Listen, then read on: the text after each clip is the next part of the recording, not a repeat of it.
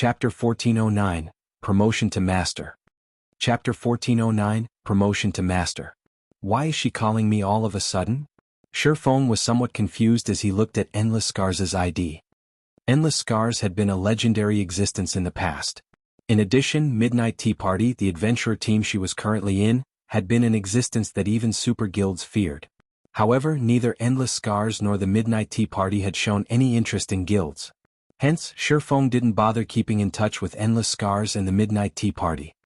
He never imagined that Endless Scars would take the initiative to contact him now. However, Feng did not put too much thought into the matter. He immediately put down his work and accepted the call. Guild Leader Black Flame, congratulations. I heard that even the various superpowers are feeling envious over the current Stone Forest town, Endless Scars said sincerely, a faint smile on her face. That's nothing to brag about. Vice Commander Endless is the one who's amazing. You've managed to obtain such a powerful weapon and equipment since I last saw you, Feng said as he looked at the dark purple mage robes Endless Scars was wearing in the screen. Currently, although Feng could not see Endless Scars' level, the mana surrounding her was actually visible to the naked eye, flickering in and out of existence, which was definitely not an effect that ordinary epic items could create. One could just imagine how powerful the weapon and equipment Endless Scars carried on her body were. To what do I owe this sudden call? It's nothing important really. I just wish to invite Guild Leader Black Flame to join me on a quest, Endless Scars said, giggling. As long as you help me complete this quest, I am willing to compensate you with a secret technique tablet. Even if we fail to complete the quest, I'll still compensate you with 5,000 magic crystals. A secret technique tablet? Feng was shocked. Secret technique tablets were extremely rare items that the various superpowers in God's domain desperately competed for, as these allowed players to grasp all sorts of powerful combat techniques. Under normal circumstances, nobody would trade away their secret technique tablet. Feng found it very hard to imagine that Endless Scars would be willing to use such a rare item as remuneration. Even a bronze secret technique tablet was still quite shocking. If she used it to employ the help of a super guild's peak experts, said super guild would no doubt agree to the request without hesitation. That's right. However, unless you agree to help me, I cannot tell you the exact information of the secret technique tablet. Smiling, Endless Scars prompted, how about it? Are you willing to help me with this small problem, Guild Leader Black Flame? After giving the matter some thought, Feng asked, right now? No. When Feng did not agree to her offer right away, Endless Scars could not help but grow confused. Most likely, even super guilds would immediately agree to her request if they were offered a secret technique tablet, yet he was actually hesitating. A lot more preparations need to be done before we embark on the quest. It won't be possible to do so within a short period of time. Alright then. Feng currently had many tasks he still needed to deal with. In addition, there was the ranking competition tomorrow over at the Black Dragon Empire. Gentle Snow had already requested his presence at the event. If he went to help out with Endless Scars' quest now, he was almost guaranteed not to make it back in time for the competition.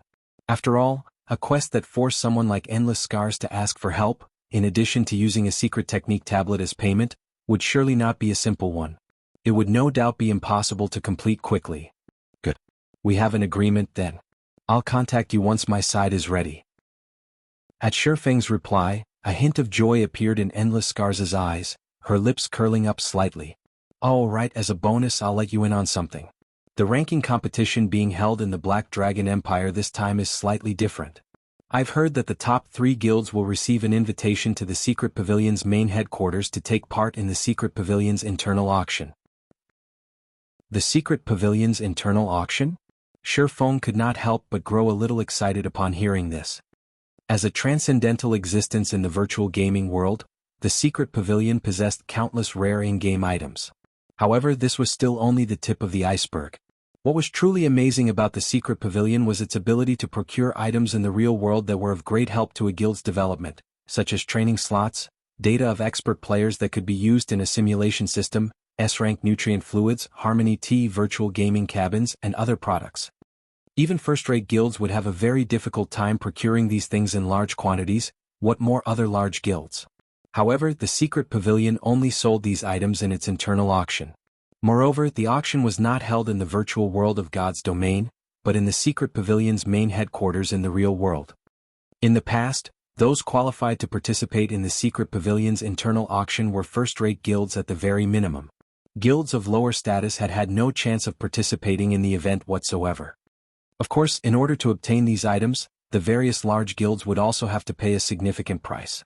The currency used during these internal auctions was not credits but top-tier weapons and equipment as well as precious in-game items that were generally not sold to the public. Either that or magic crystals at the bare minimum. Even coins were not accepted. The internal auction was equivalent to using real-world resources to exchange for resources in God's domain. To Zero Wing, this was indeed an excellent opportunity.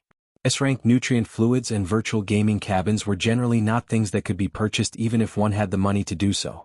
Yet, these items were paramount to a guild's development. Even if one was reluctant to part with their resources in God's domain, they would still be willing to part with a considerable portion if it meant obtaining these items. To Feng, however, this was wonderful news. Currently, he had plenty of resources in God's domain such as the advanced mana armor kits, magic devices and various exotic potions, and now the Titan devices. He also possessed advanced speedboats, which were important to the various superpowers at this stage of the game.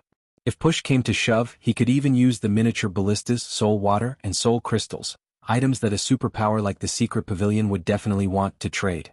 Not to mention he could also produce all of these items without limit so long as he had the materials. He was more than willing to convert these items into real-world resources. I heard that the Secret Pavilion has put in quite a lot of effort into its internal auction this time. Participation in it offers plenty of benefits for an up-and-coming guild like Zero Wing. It's best if you make some preparations for the auction.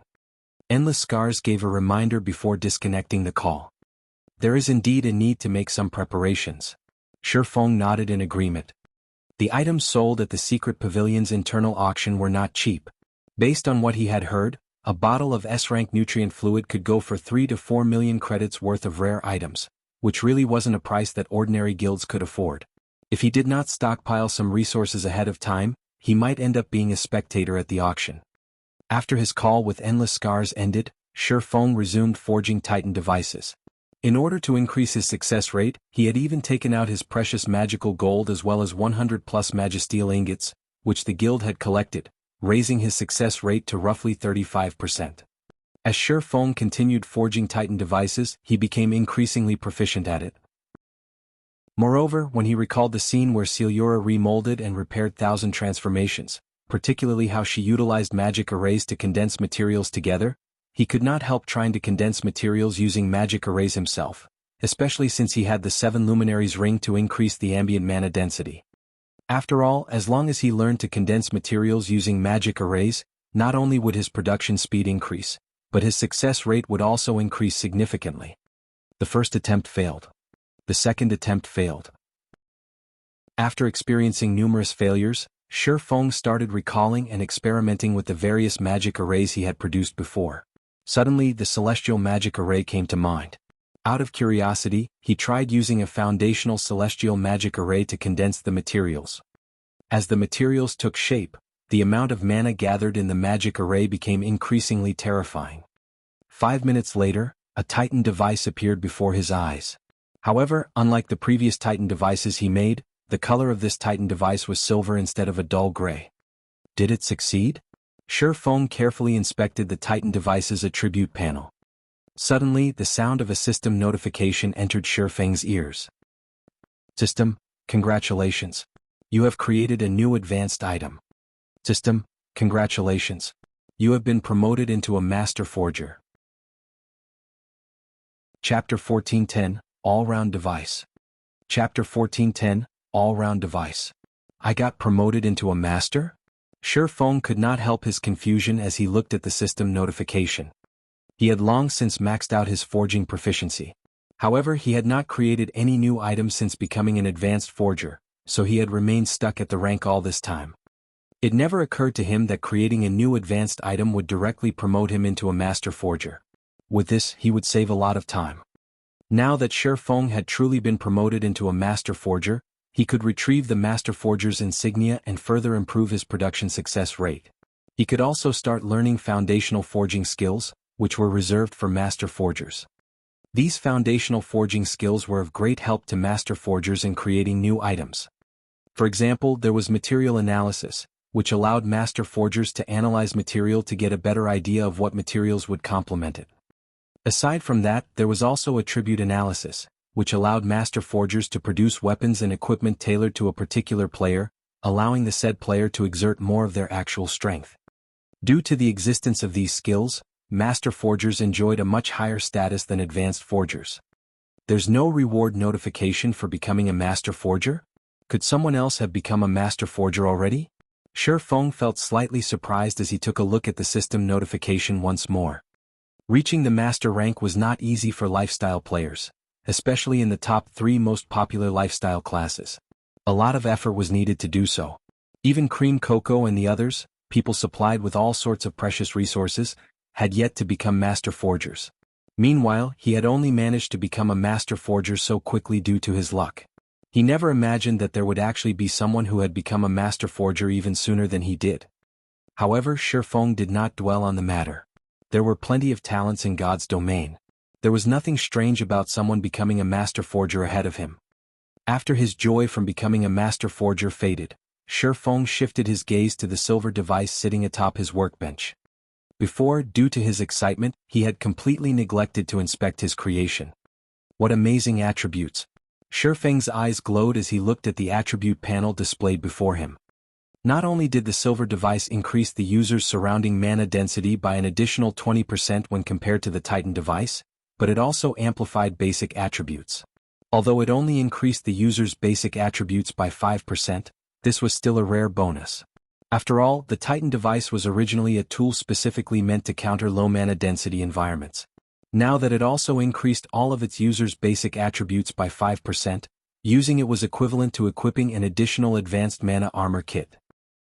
System, please give the advanced item a name. You may also leave your personal mark on this item. Since it increases both attributes and the environmental mana, let's call it the all-round device. After giving the matter some thought, Feng wrote down the new name for his creation. With this, he could make as many copies of the forging design as he wished. However, he would allow only those who had become master forgers to attempt forging the all-round device.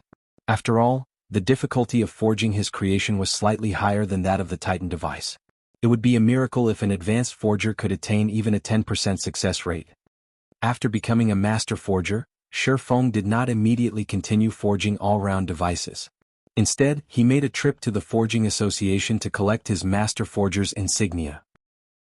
While he was at it, he also spent 20 gold to learn material analysis and attribute analysis. Master forger's insignia, dark gold rank item. Increases production speed by 20% and production success rate by 3%. User restriction, Feng. Cannot be dropped. With the master forger's insignia, not only did he take less time to forge the all-round device, but his forging success rate also increased considerably. In addition, due to him being the creator, he also received a slight bonus to his production success rate. Now, even without the support from materials like the magical gold, he still achieved a 40% success rate. On average, he could produce 2 all-round devices out of 5 attempts. With this, the cost of the all-round device was directly halved to only 6 gold. Moreover, the EXP awarded for successfully forging an all-round device was much higher than that for the Titan device. Each success awarded EXP equivalent to a chieftain of the same level. Meanwhile, Feng took roughly 15 minutes to successfully produce one all-round device, essentially spending 15 minutes to kill a chieftain of the same level. Although the efficiency was slightly poor, he could keep producing the all-round device as long as he had sufficient materials. This would be equivalent to him continuously killing chieftains of the same level, something rarely possible out in the fields. Overall, Feng's experience bar skyrocketed. Following which, Feng forged one all-round device after another, passing more than half a day unawares. Meanwhile, he also reached 76% of level 57. As long as he continued forging the all-round device for another day, he would reach level 58. In the eyes of other players, this would definitely be an astonishingly fast leveling speed. Just as Feng was about to start forging another all-round device, Gentle Snow suddenly contacted him. Guild leader. The ranking competition is about to start soon. Why aren't you here yet? Don't tell me you've forgotten about it? Gentle Snow asked, a frown on her face. It's starting already?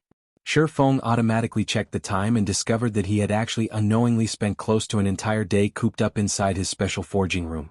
Alright, I'll head over immediately. His harvest today was considerably good.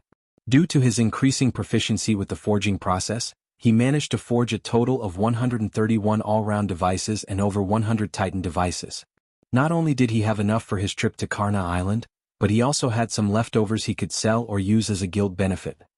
Although the Titan device only improved the mana density around its user, if it was used appropriately, such as in the exploration of low mana environments, its value would increase several-fold.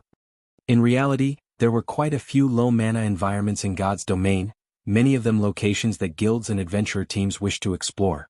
Only due to the environments severely affecting one's combat power, players were generally forced to give up on ranging through these areas. Take the Dragon's Graveyard, a well-known forbidden land in the Black Dragon Empire, for example. Due to a certain incident, many dragons had died in that location in the past. Now it was a forbidden land for the living, a level 50 to level 100 super large-scale leveling map that had practically no mana present, such that players could not use tier 1 skills and spells there. If players entered the map, their combat power would be reduced to less than 10%. As luck would have it, the bosses located at the inner and core areas of the Dragon's Graveyard had quite a significant chance of dropping the stable design and all sorts of advanced designs and recipes. However, this was still just the tip of the iceberg. If one managed to get the first kill on the Dragon's Graveyard's final boss, they would be awarded their choice of weapon at Black Dragon City. Moreover, this weapon would be a fragmented legendary weapon. Hence, in the past, the various large guilds in the Black Dragon Empire had put in a lot of effort into searching for tools that could help raise one's ambient mana density. Only after gathering sufficient tools did they succeed in raiding the Dragon's Graveyard. Meanwhile, back then, the Titan device had been one of the best tools available for the purpose. In the past, a single Titan device had easily sold for 50 gold. One could just imagine how desperate the various large guilds were back then. Of course, compared to the value of a fragmented legendary weapon, this price was not worth mentioning whatsoever. Black Dragon Empire, Black Dragon City. As soon as Feng appeared inside Black Dragon City's teleportation hall, he was greeted by the sight of a massive crowd of players. After he exited the teleportation hall, the players were still packed like sardines. Normally, one could see such a street scene only in small but popular places like Stone Forest Town. Even the imperial capitals of the 4 great empires were far from comparable to Black Dragon City right now. The streets teemed with not only level 40+ players but even the rarely seen expert players. Players riding mounts were also a dime a dozen at the moment. It was as if every expert player in the Black Dragon Empire had gathered at Black Dragon City. One could just imagine how lively the ranking competition this time was going to be. Following which, Feng summoned the evolved demonic flame tiger and made his way towards Black Dragon City's underground arena. Chapter 1411, Initial Appearance in Empire. Chapter 1411, Initial Appearance in Empire. Black Dragon City Underground Arena. Currently, the street outside the arena was crowded with players. However, the players that could actually enter the facility numbered extremely few. Players who wished to enter the underground arena needed an invitation from the secret pavilion or to have passed the qualifiers for the official competition. Everyone else could only stand outside the arena. Of course, catering to the general public's interest, the secret pavilion would also live-stream the competition on the large screens outside the underground arena, allowing people on the streets to watch the matches. This was a privilege available only to players that had rented the entire underground arena. However, it cost around 15,000 gold to rent the underground arena of an imperial capital for an entire day. Most likely, only the secret pavilion was capable of carrying out such a feat. Other superpowers would balk at spending so much money just to host a competition. Aside from playing on the screens outside the underground arena, the livestream of the competition would also be uploaded to the official forums, allowing all players in the Black Dragon Empire to watch it as well. Hence, a player who achieved a good battle record in the competition could definitely become famous throughout the empire. Meanwhile, the members of guilds that received an invitation from the secret pavilion were currently entering the underground arena one after another. Quick look. Those players in that group seem to be from the first-rate guild Undefeated Dynasty. Their levels are so high. They're all actually above level 45. Look. Those people seem to be Fantasy Shrines members. The equipment they're using is so good. Every one of them is actually geared with 1 or 2 pieces of epic equipment. The bystanders were stunned by the 5 first-rate guilds that were entering the underground arena. The weapons and equipment worn by the expert players they normally saw were already plenty amazing. However, now they were looking at the representatives of the 5 first-rate guilds whose levels and items surpassed those of expert players by leaps and bounds. Meanwhile, each of the 5 first-rate guilds attending the competition this time had sent between 8 and 12 representatives. Even the most inferior piece of equipment these representatives wore was level 40 dark gold equipment. As for epic weapons and equipment, although not everybody was equipped with one, each first-rate guild boasted at least 7 or 8. Let alone the ordinary players on the street, even the second-rate guilds attending the competition were shocked at the robust foundations these first-rate guilds displayed. "Snow, is the guild leader not here yet?" Zhao Yueru asked as she walked out of the underground arena.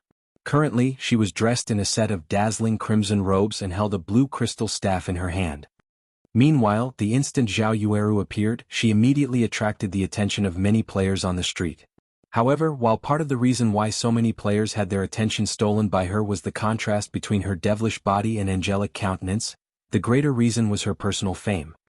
Just recently, Zhao Yueru had annihilated the expert team of Corpse Soul all by herself. Meanwhile, Corpse Soul was an infamous dark guild in the Black Dragon Empire. The top-tier experts of the Dark Guild were existences that gave the various large guilds headaches. Many second-rate guilds and even first-rate guilds had to treat the Dark Guild cautiously. Yet, due to one of Corpse Soul's experts provoking Zhao Yueru, the latter had annihilated the entire 20-man team said expert belonged to. Enraged by this situation, Corpse Soul had dispatched several of its top-tier experts to assassinate Zhao Yueru. However, not only did those top-tier experts fail to accomplish their mission, but a few of them had even fallen at her hands. After news of this matter spread, Zhao Yueru's nickname of Flame which became famous across the entire Black Dragon Empire. "He should be here soon," Gentle Snow said as she looked at the time. Grinning, she said, "Why are you in such a hurry? Could it be that you can't wait to show Yi Feng the results of your latest training?" The guild's core upper echelon knew that Yi Feng and Black Flame were the same person. Back when Gentle Snow found out, she had been stunned. She had never imagined that Yi Feng could create such a powerful guild, one capable of rivaling even veteran first-rate guilds, all by himself. Of course. I want to see what kind of reaction he'll make when he finds out that I've already reached the refinement realm." Zhao Yueru giggled. Ever since joining Zero Wing, she realized that there would always be someone better than herself. Previously, she had been one of Ouroboros's top-ranking top-tier experts. Yet, after entering Zero Wing, she had failed to rank even within the top 10 of the guild. However, now that she had become a refinement realm expert, she was confident of entering the top 10 of Zero Wing and instantly reaching the level of peak experts like Fire Dance, Violet Cloud, and Aqua Rose. While Gentle Snow and Zhao Yueru were chatting, another team of players walked out of the entrance of the underground arena. These players all sported a crimson flame emblem, the symbol of the Crimson Castle Guild, one of the guilds that frequently clashed with Zero Wing's branch guild, which Gentle Snow managed. Although Crimson Castle was only a second-rate guild, Nine Dragons Emperor secretly supported it. Crimson Castle had also allied with a few other second-rate guilds, hence the guild's strength was not one bit inferior to that of first-rate guilds. Guild Leader Snow, long time no see. I never thought that you would be interested in the ranking competition as well. It seems the competition this time is going to be interesting, Crimson Fox, the guild leader of Crimson Castle, said, smiling as he walked up to Gentle Snow. Aren't you here as well, Guild Leader Crimson? Gentle Snow said. She could not help but feel a little surprised as she looked at Crimson Fox and his entourage. Currently, Crimson Fox had already reached level 45, and the majority of his equipment were dark gold rank. As for the weapon he carried and the top he wore, Gentle Snow could not determine their quality due to their glow effects having been hidden. However, she could tell that they were either epic rank or epic growth type weapons and equipment. Meanwhile, similar to Crimson Fox, the other members of Crimson Castle were all level 45. The weapons and equipment they possessed nearly rivaled Crimson Fox's. Aside from these players, Gentle Snow had also spotted 2 cloaked players among Crimson Castle's team. Although she could not see the levels and equipment of these players, the pressure she picked up from them was much greater than even the pressure Crimson Fox exuded. Guild Leader Snow, neither of our guilds were able to achieve a clear victory in our previous war with each other. Are you interested in settling our dispute through the ranking competition this time? Crimson Fox said, a sly smile on his face. How do you want to compete? Gentle Snow asked. We'll compete using our guild rankings in the competition this time. Whoever places higher will be the winner. Meanwhile, whoever loses will give up on Hidden Fog Town. How about it? Crimson Fox suggested. As Crimson Fox had deliberately spoken in a very loud voice, everyone on the street heard his words. What's going on? Is Crimson Castle planning on competing with Zero Wing? As expected of large guilds, they're actually using a town as a wager. I wonder if Zero Wing will dare to accept the challenge. If Zero Wing is afraid of accepting even such a small challenge, what qualifications does it have to participate in the ranking competition? At this moment, everyone could not help but turn to look at Gentle Snow and Crimson Fox. In regard to this situation, Gentle Snow also hesitated to decide. Hidden Fog Town, a dark town located in the vicinity of Lakeheart City, had a mithril vein. Conquering Hidden Fog Town was equivalent to obtaining the mithril vein, which would greatly help in a guild's production of weapons and equipment. Only due to Zero Wing and Crimson Castle's inconclusive war over this dark town, neither guild had managed to capture it thus far. While Gentle Snow was hesitating, a deep voice resounded throughout the entire street before the underground arena. Okay, Zero Wing agrees to your conditions. Immediately, every player on the street shifted their gaze to the source of the voice. In the next moment, a majestic monster with its paws covered in flames and lightning stalked into the crowd, radiating an indescribably heavy pressure. This monster was none other than the evolved demonic flame tiger. In terms of strength, it surpassed even a lord of the same level. Not to mention elite players, even expert players would have to run for their lives if they encountered the demonic flame tiger as an opponent. Meanwhile, upon seeing the demonic flame tiger, the players standing in its path moved to the side automatically, wearing dumbfounded expressions.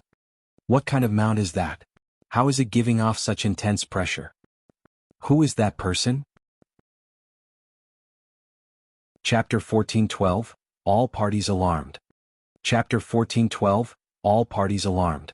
And you are. Crimson Fox could not help but grow confused as he watched Feng approach his location. Currently, Feng was wearing a black cloak, so Crimson Fox could not see his appearance and level at all. However, based on the deadly threat Crimson Fox sensed from the demonic flame tiger, he could tell that Feng was definitely not your run-of-the-mill expert. Everyone present similarly shifted their gazes to Feng, curious to find out Feng's identity. In the next moment, Feng removed his black cloak, displaying his disguise as Black Flame. Currently he was fully garbed in black, light armor sporting dark blue magical patterns. At his waist hung two exquisite longswords. The mana enveloping his body was also much denser than the ambient mana. Meanwhile, those within range of Feng's aura felt as if they were standing before a humanoid beast right now. He's Black Flame.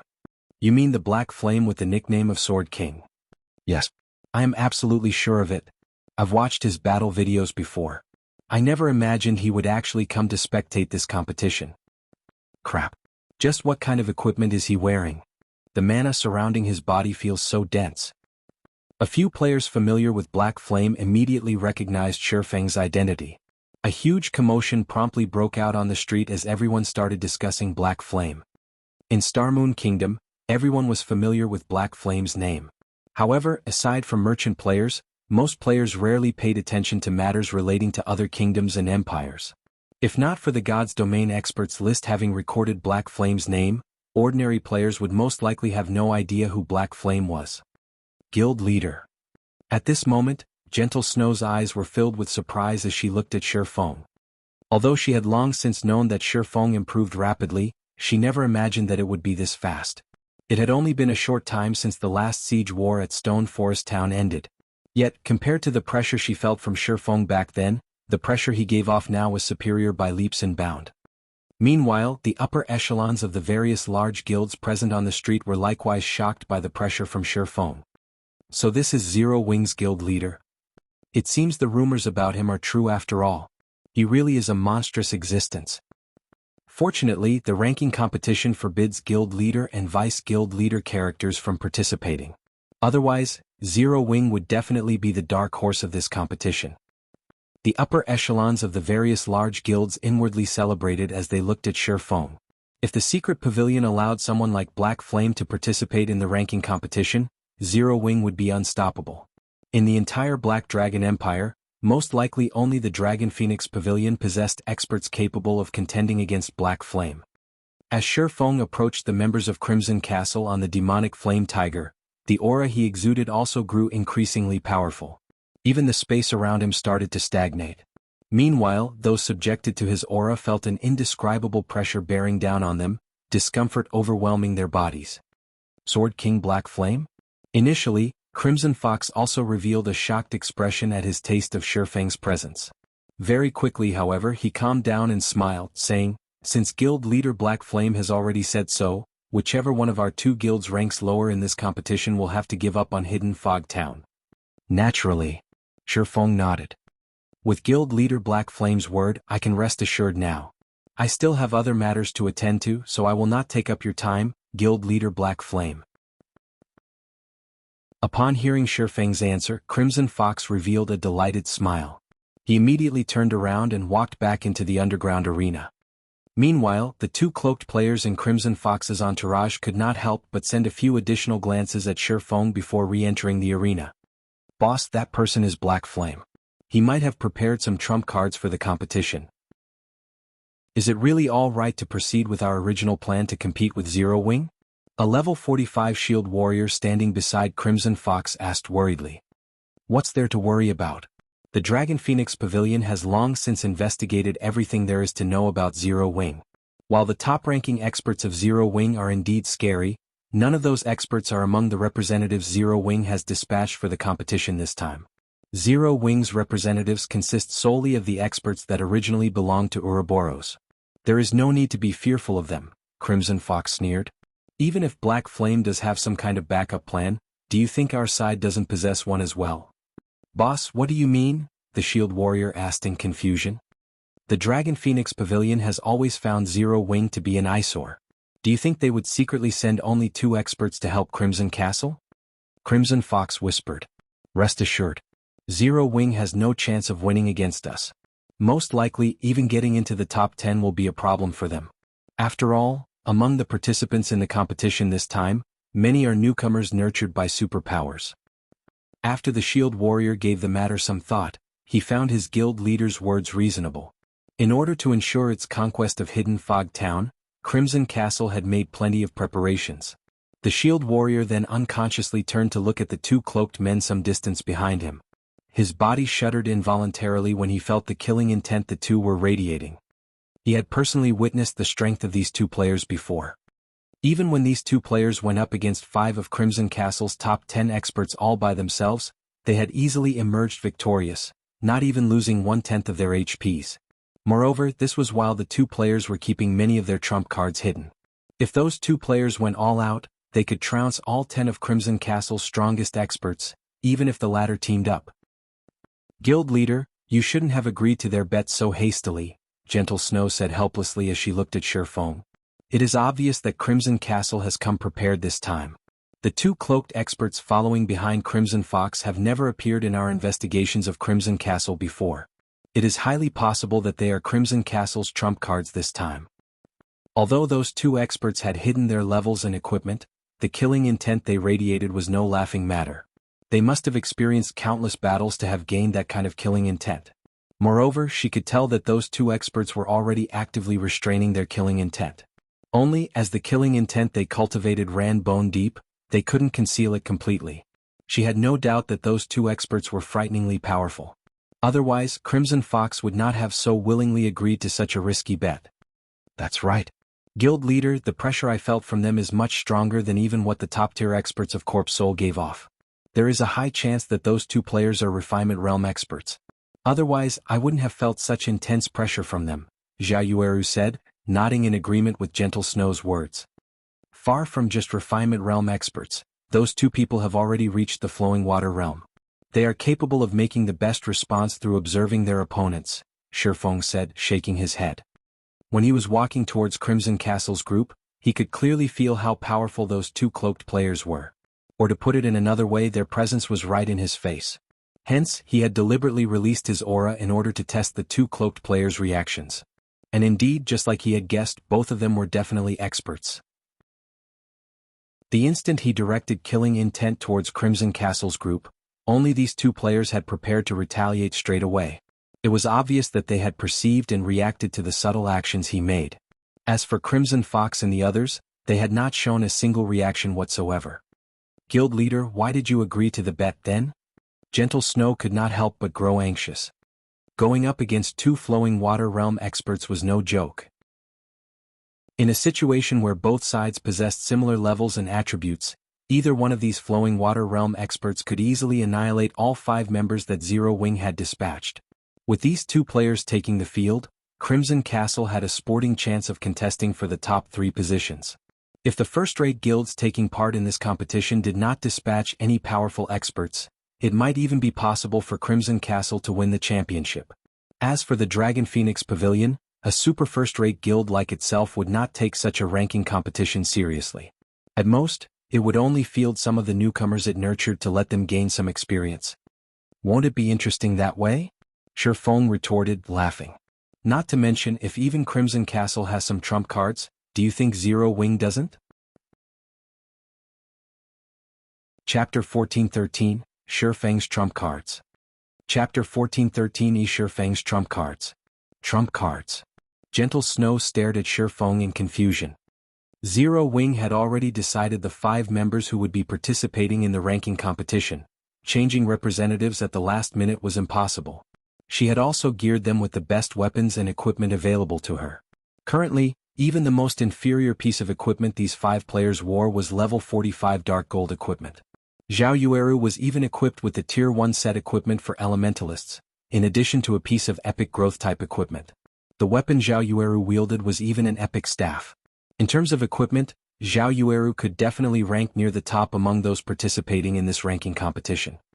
Hence, it would be very difficult to further upgrade the weapons and equipment of Zero Wing's representatives. As for their techniques, those were not something that could be improved within a short period. This isn't the place to talk about them.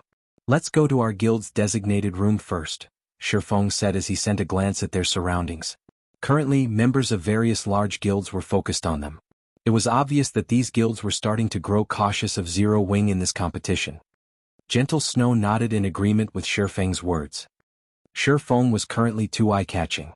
He also didn't have his aura concealed.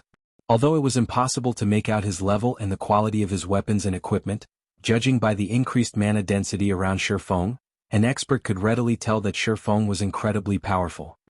After Feng and the others entered the underground arena, the members of the various large guilds stationed outside the arena to keep an eye out for noteworthy opponents immediately reported back to their superiors. Meanwhile, over a dozen people were currently seated inside one of the underground arena's luxurious VIP rooms. Even the lowest leveled player among these people was level 45, while the highest even reached level 46. The dark gold equipment they wore were also of a style. These were obviously set equipment. At this stage of the game, even first-rate guilds had trouble collecting one set of level 45 dark gold set equipment, yet there were actually 6 sets here. Seated in the front of this group of players were a man and a woman. These 2 people were none other than 9 Dragons Emperor and Phoenix Rain. Although both of them were representatives of the Dragon Phoenix Pavilion, they sat on different sides of the room, each of them leading a group of newcomers they'd cultivated on their own. The newcomers of each side also faced their counterparts as if they were mortal enemies. They looked nothing like members of the same guild. To the various large guilds, the ranking competitions hosted by the Secret Pavilion were a good opportunity for them to raise their fame. To the various superpowers, however, these competitions were merely amusements. After all, even without doing any publicity, everyone was already familiar with their guilds. Hence, during every ranking competition, the various superpowers in God's domain would field their internally nurtured newcomers instead of their mainstays. One of the reasons for doing so was to allow the newcomers to gain some combat experience. The second reason was to let the public know just how powerful the newcomers they nurtured were. Interesting. Zero Wing's Black Flame has come as well? 9 Dragons Emperor's lips curled up slightly when he read the report that just came in. He actually agreed to Crimson Castle's wager? It seems he's pretty confident in his own guild members. Pavilion Master, should we supply a few more epic items to Crimson Castle? Martial Dragon whispered. No need. The helpers and items we've provided Crimson Castle are already enough to defeat Zero Wing, 9 Dragons Emperor said, shaking his head. Sneering, he continued, However, tell the others to go all out against Zero Wing's members. Make sure to give them a beating. Let the players of the Black Dragon Empire know just what kind of guild Zero Wing is. He hated Zero Wing down to the bone. If not for Phoenix Rain's partnership being known by all in the Dragon Phoenix Pavilion, which prevented him from publicly mobilizing the pavilion's forces against Zero Wing a second time, he would have long since trampled Zero Wing's branch guild. He wouldn't have let the branch guild survive until now. However, as long as Crimson Castle won its bet and secured Hidden Fog Town, Zero Wing's branch guild's days would be numbered. Hidden Fog Town did not only possess a small mithril vein but was also located in Sky Fog Valley, a resource-rich map as well as the most important level 50 to level 70 map in the Lakeheart City region. As long as Crimson Castle obtained Hidden Fog Town, it would have absolute control over Sky Fog Valley. Moreover, the several second-rate guilds Crimson Castle was allied with could easily gather at the guild town.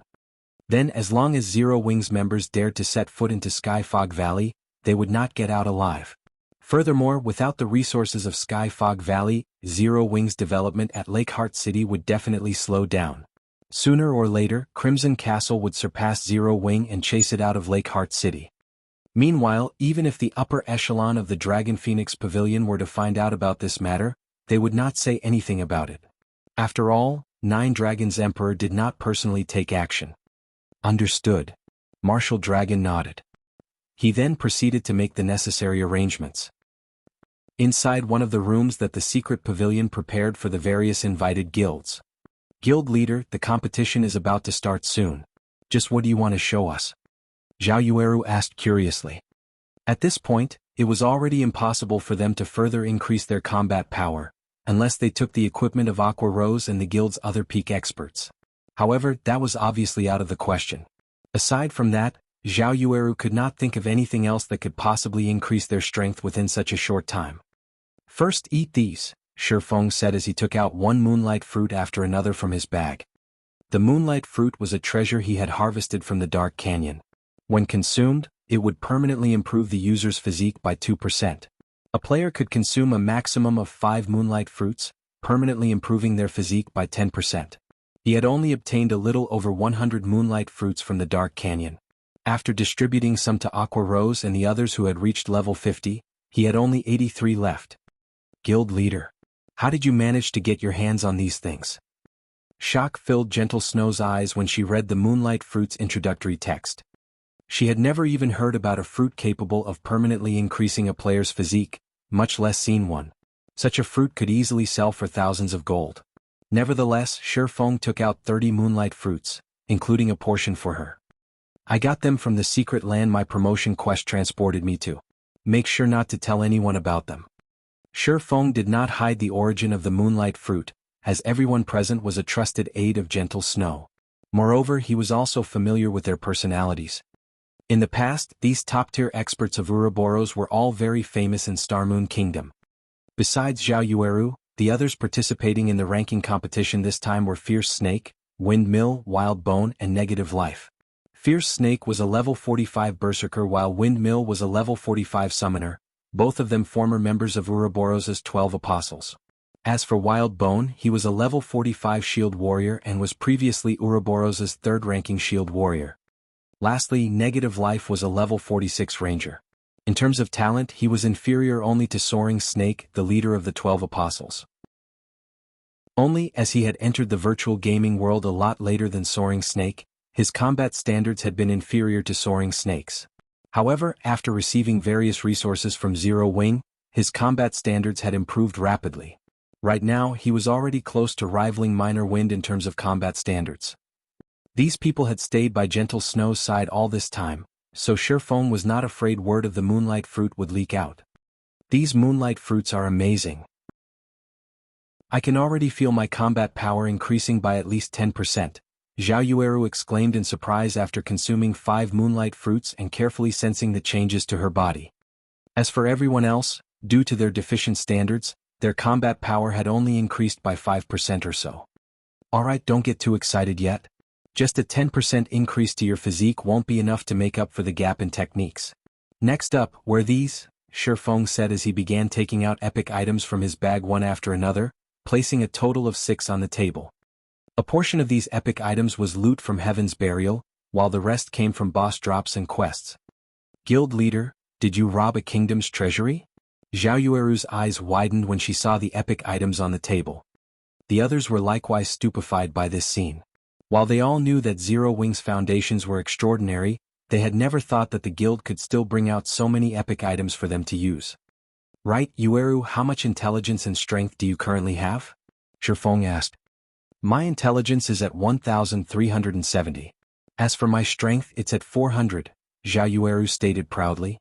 These attributes were considerably high for an elementalist of her level. That should be barely enough, Feng muttered after some mental calculations. He then started taking out attribute gemstones and a skill book for a Tier 1 passive skill that increased the user's strength attribute. First, equip these Tier 3 gemstones. After you're done, wear the Magic Devouring Charm and Eye of Arnos. Zhao Yueru was rendered speechless when she heard Feng's comment that her attributes were barely enough. However, she still obediently equipped the attribute gemstones and the 2 pieces of epic equipment and learned the Tier 1 skill. How are your intelligence and strength now? Feng asked. My intelligence is at 1,590, and my strength is at 614, Zhao Yueru replied, feeling greatly elated. Good. Then temporarily set aside that staff of yours and use this one for the competition, Feng said as he handed Frostflame's Wrath to Zhao Yueru. Chapter 14:14, Competition starts. Chapter 14:14, Competition starts. This is. As Zhao Yueru gazed at the staff with a red and white glow, its beauty captivated her. As a fragmented legendary weapon, Frostflame's Wrath radiated an intense powerful the moment it appeared, making ordinary players feel quite uncomfortable. The surrounding mana inadvertently flowed towards Frostflame's Wrath, and it instantly became the focal point of the room. At this moment, Zhao Yueru wasn't the only one to notice how unique Frostflame's Wrath was. Even Gentle Snow and the others had noticed the weapon's extraordinary features. Could that be? Gentle Snow had déjà vu when she saw Frostflame's Wrath. A possibility surfaced in her mind, but she quickly shook the thought away, refusing to believe it was feasible. When Zhao Yueru accepted Frostflame's Wrath and checked its attribute panel, she was stunned. How is this possible? This is a fragmented legendary weapon? Zhao Yueru couldn't believe her eyes. To obtain a single epic item, a large guild would have to invest countless resources and manpower. At this stage of the game, a first-rate guild would be fortunate to have 7 or 8 epic items. Even the various superpowers had very few epic items. However, even now, no one had heard of any of the superpowers obtaining a fragmented legendary item. First-rate guilds and below could only fantasize of wielding such items. Yet, Feng had just handed her a fragmented legendary staff. She even began to wonder if Feng had a few hidden backers. You need to keep this staff a secret. You should be aware of the consequences should others discover this matter, Feng whispered a warning. Although he had revealed Frostflame's Wrath, not just any player could inspect it. Only the wielder could check its attribute panel. Hence, aside from Zhao Yueru and himself, nobody knew that Frostflame's Wrath was a fragmented legendary weapon. However, since Gentle Snow had her own fragmented legendary item, could likely guess the staff's identity. Other players would, at most, assume it was a top-tier epic weapon. After all, fragmented legendary items were truly too rare. Even after 10 years in God's domain, Shadow had never obtained a single fragmented legendary item. MHM. Zhao Yueru nodded seriously. She had never expected Feng to let her use such a precious weapon. She wouldn't expose the guild's secrets. Alright, before you enter the competition field, use these all-round devices. How far you go in the competition will depend on you. Feng then took out 10 all-round devices and handed them to Zero Wing's 5 representatives. Each all-round device lasted 4 hours, 1 hour more than the Titan device's duration. 2 all-round devices should be more than enough to last until the end of the ranking competition. Although players weren't allowed to use magic scrolls and items such as berserk potions and frost grenades in the secret pavilion's ranking competitions, they could use anything else. The underground arena's large-scale arena in the Black Dragon Empire could accommodate 100,000 people. Currently, players filled the space. The venue was even livelier than the competitions in the Dark Arena due to the ranking competition's lower restrictions. This time, the secret pavilion had invited all of the local second-rate guilds and above. The local well-known players and adventurer teams had received an invite as well. It wasn't hard to fill the underground arena's largest venue. So many players are participating in the competition this time. I know, right? The last one only included the players from the Black Dragon Empire, but I've heard that quite a few superpowers have sent their newcomers to gain some experience in this competition. In addition, famous experts from the neighboring kingdoms have come to join the fun. The secret pavilion has doubled the number of official slots in the competition. Now, a total of 6,400 people can take part. Many of the top 100 players from the previous competition will likely lose their spots. Our 100 Beast Adventurer team's commander and vice commander will definitely rank among the top 200. We'll be able to rank among the top 30 adventurer teams in the Black Dragon Empire. Top 200. Your commander only ranked 40th during the last competition. He'll be lucky to make it into the top 500 this time. I heard that even the FFF adventurer team is only aiming to get 2 people into the top 100. After all, the newcomers from the various superpowers are terrifying. Furthermore, several hundred top and well-known adventurer teams from the neighboring kingdoms have also sent participants. That's right. Don't forget, this competition isn't just a contest between adventurer teams. The Black Dragon Empire's various large guilds are also participating. Those guilds' foundations are far more powerful than adventurer teams. One top-tier expert from a second-rate guild could easily trample an expert from a well-known adventurer team. Only representatives from top adventurer teams have a chance of securing a top position in this competition. The crowd in the spectator stands engaged in heated discussions regarding the competition. Generally, they only got to watch such a large-scale competition once a month. It was the highest standard competition ordinary players had access to. Most ordinary players envied those who got to watch the competition in person. However, these players were even more jealous of the players in the 30 VIP rooms. From these rooms, players could see the 10 stages as if they stood next to them. The difference between the experience of sitting in a VIP room versus sitting in the spectator stands was like the difference between heaven and earth. Unfortunately, there was a limited number of VIP rooms available. After prioritizing the superpowers, the secret pavilion handed these rooms to the first and second-rate guilds before dividing the rest among the top 5 adventurer teams in the Black Dragon Empire. Everyone else could only look upon these rooms in envy. While players chatted, Yuan Tiexin, the host of this ranking competition, appeared on the main stage. Immediately, cheers erupted throughout the venue. Ladies and gentlemen, I welcome you to watch the Black Dragon Empire's monthly ranking competition. As there are a lot more participants this time, we've modified the competition slots and rules slightly. First, there are 6,400 official participants this month. These participants will be categorized into 10 stages. Each participant will fight in 30 matches.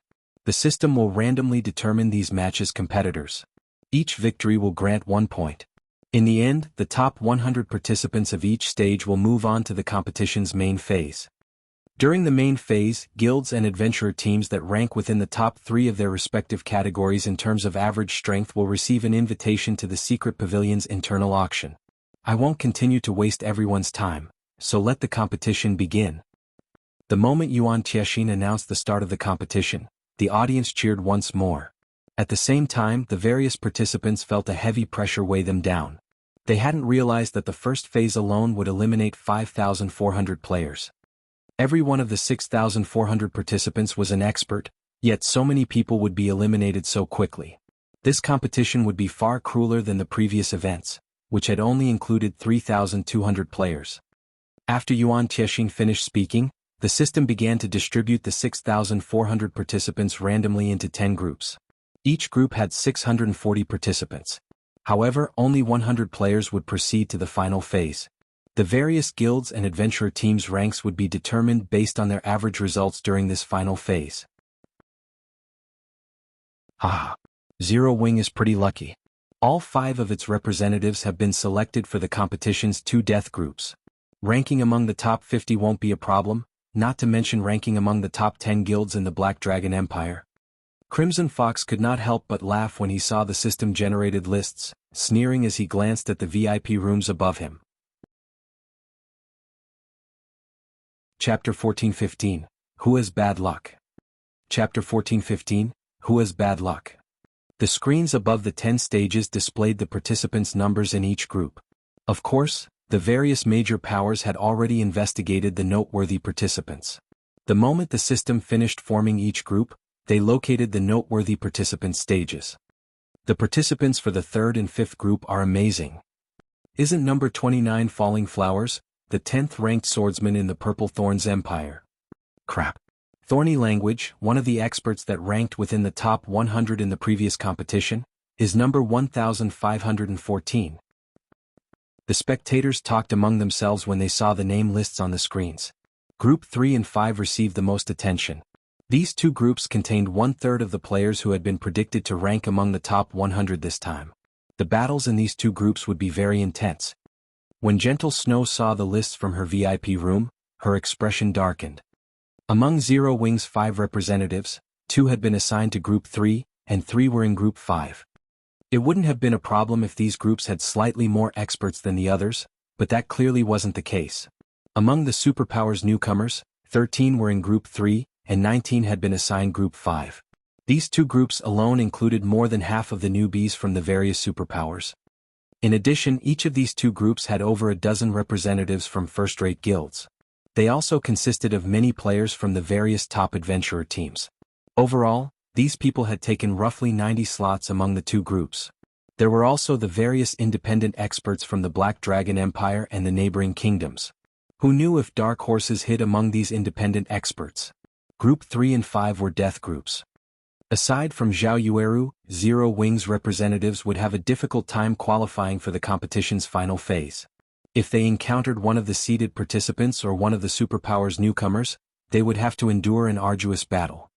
Points would be awarded to guild representatives who made it into the final phase. These points would be used to calculate each guild's rank. Aside from superpowers, which wouldn't be included in the guild rankings, each guild had 5 representatives. Naturally, the more qualified representatives a guild possessed, the greater its advantage would be. Unless 3 or more of Zero Wing's representatives made it to the final phase, it would be at a disadvantage against Crimson Castle. Furthermore, Crimson Castle had 2 Flowing Water Realm experts. Those 2 experts were almost guaranteed to rank quite high during the final phase.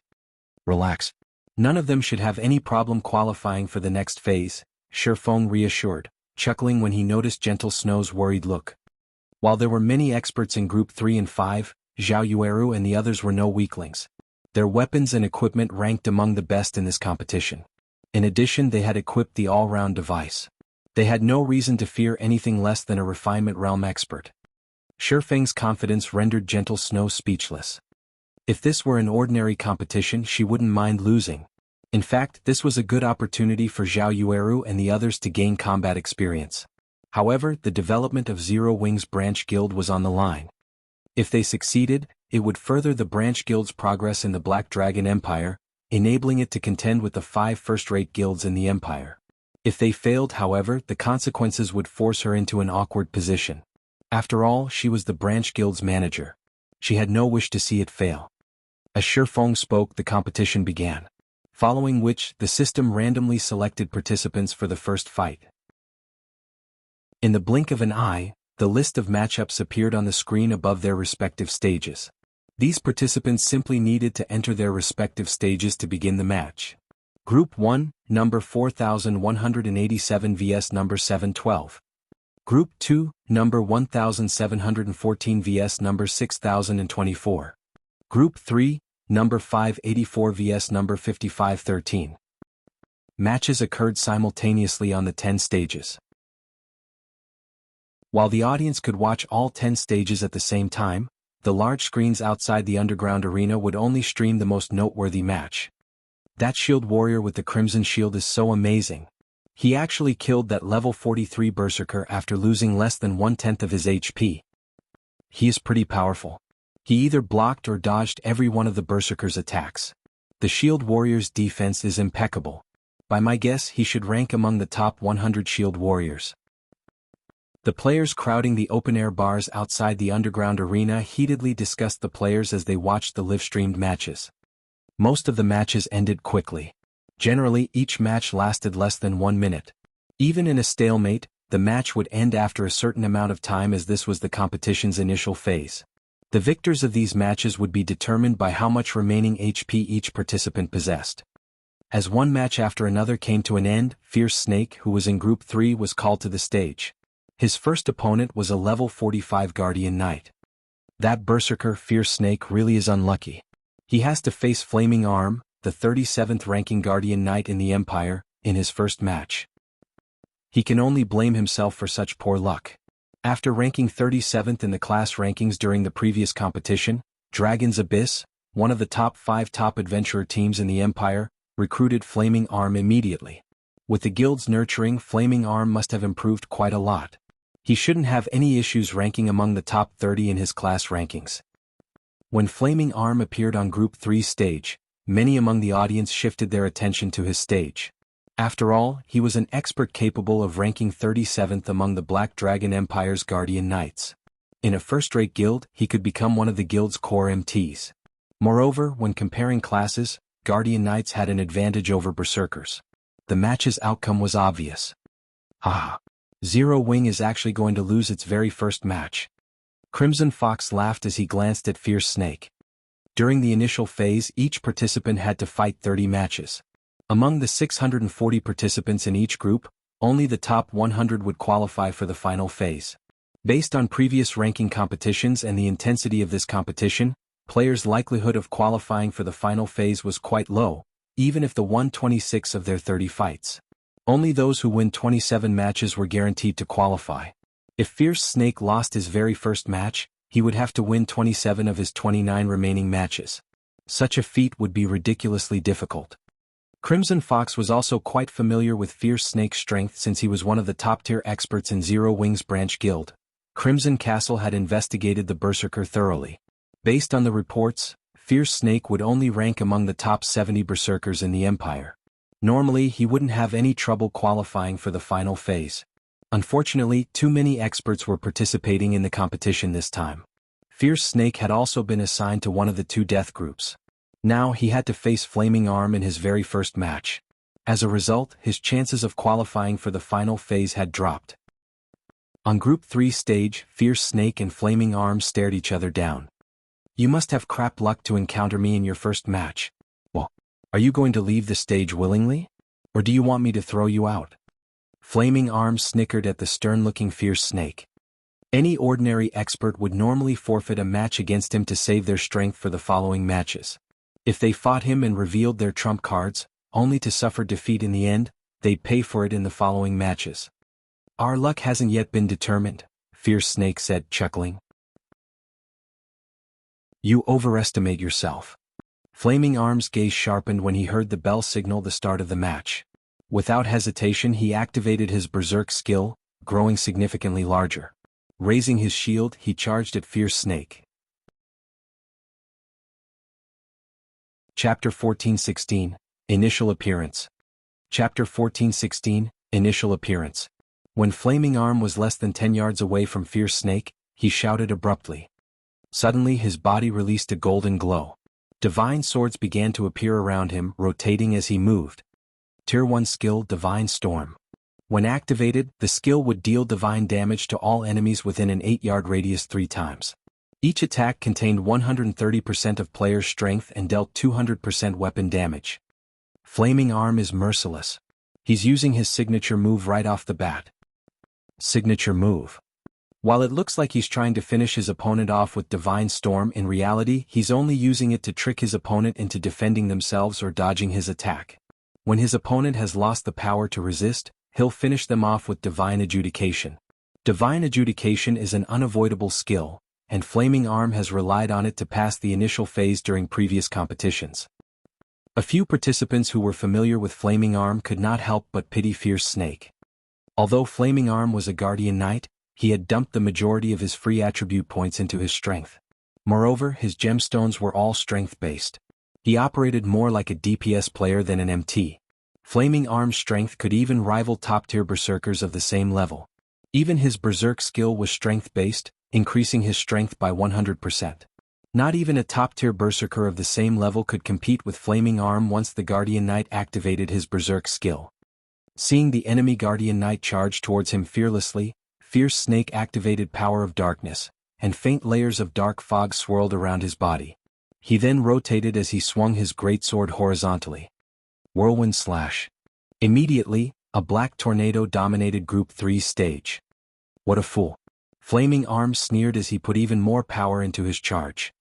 When the black tornado and the golden tornado clashed, a powerful shockwave tore through the stage. When the tornadoes scattered, everyone watching was stupefied. Impossible. He blocked Flaming Arm's attack. How high is Fierce Snake's strength? Flaming Arm was a guardian knight famed for his strength. Very few players had ever blocked his signature move, but if an opponent could block the first assault and retain their stance, Flaming Arm would lose his opportunity to follow up with divine adjudication. Flaming Arm's expression hardened as he glared at his opponent. During the previous collision, Fierce Snake had only been forced to retreat by one step. On the other hand, he had taken 3 steps back.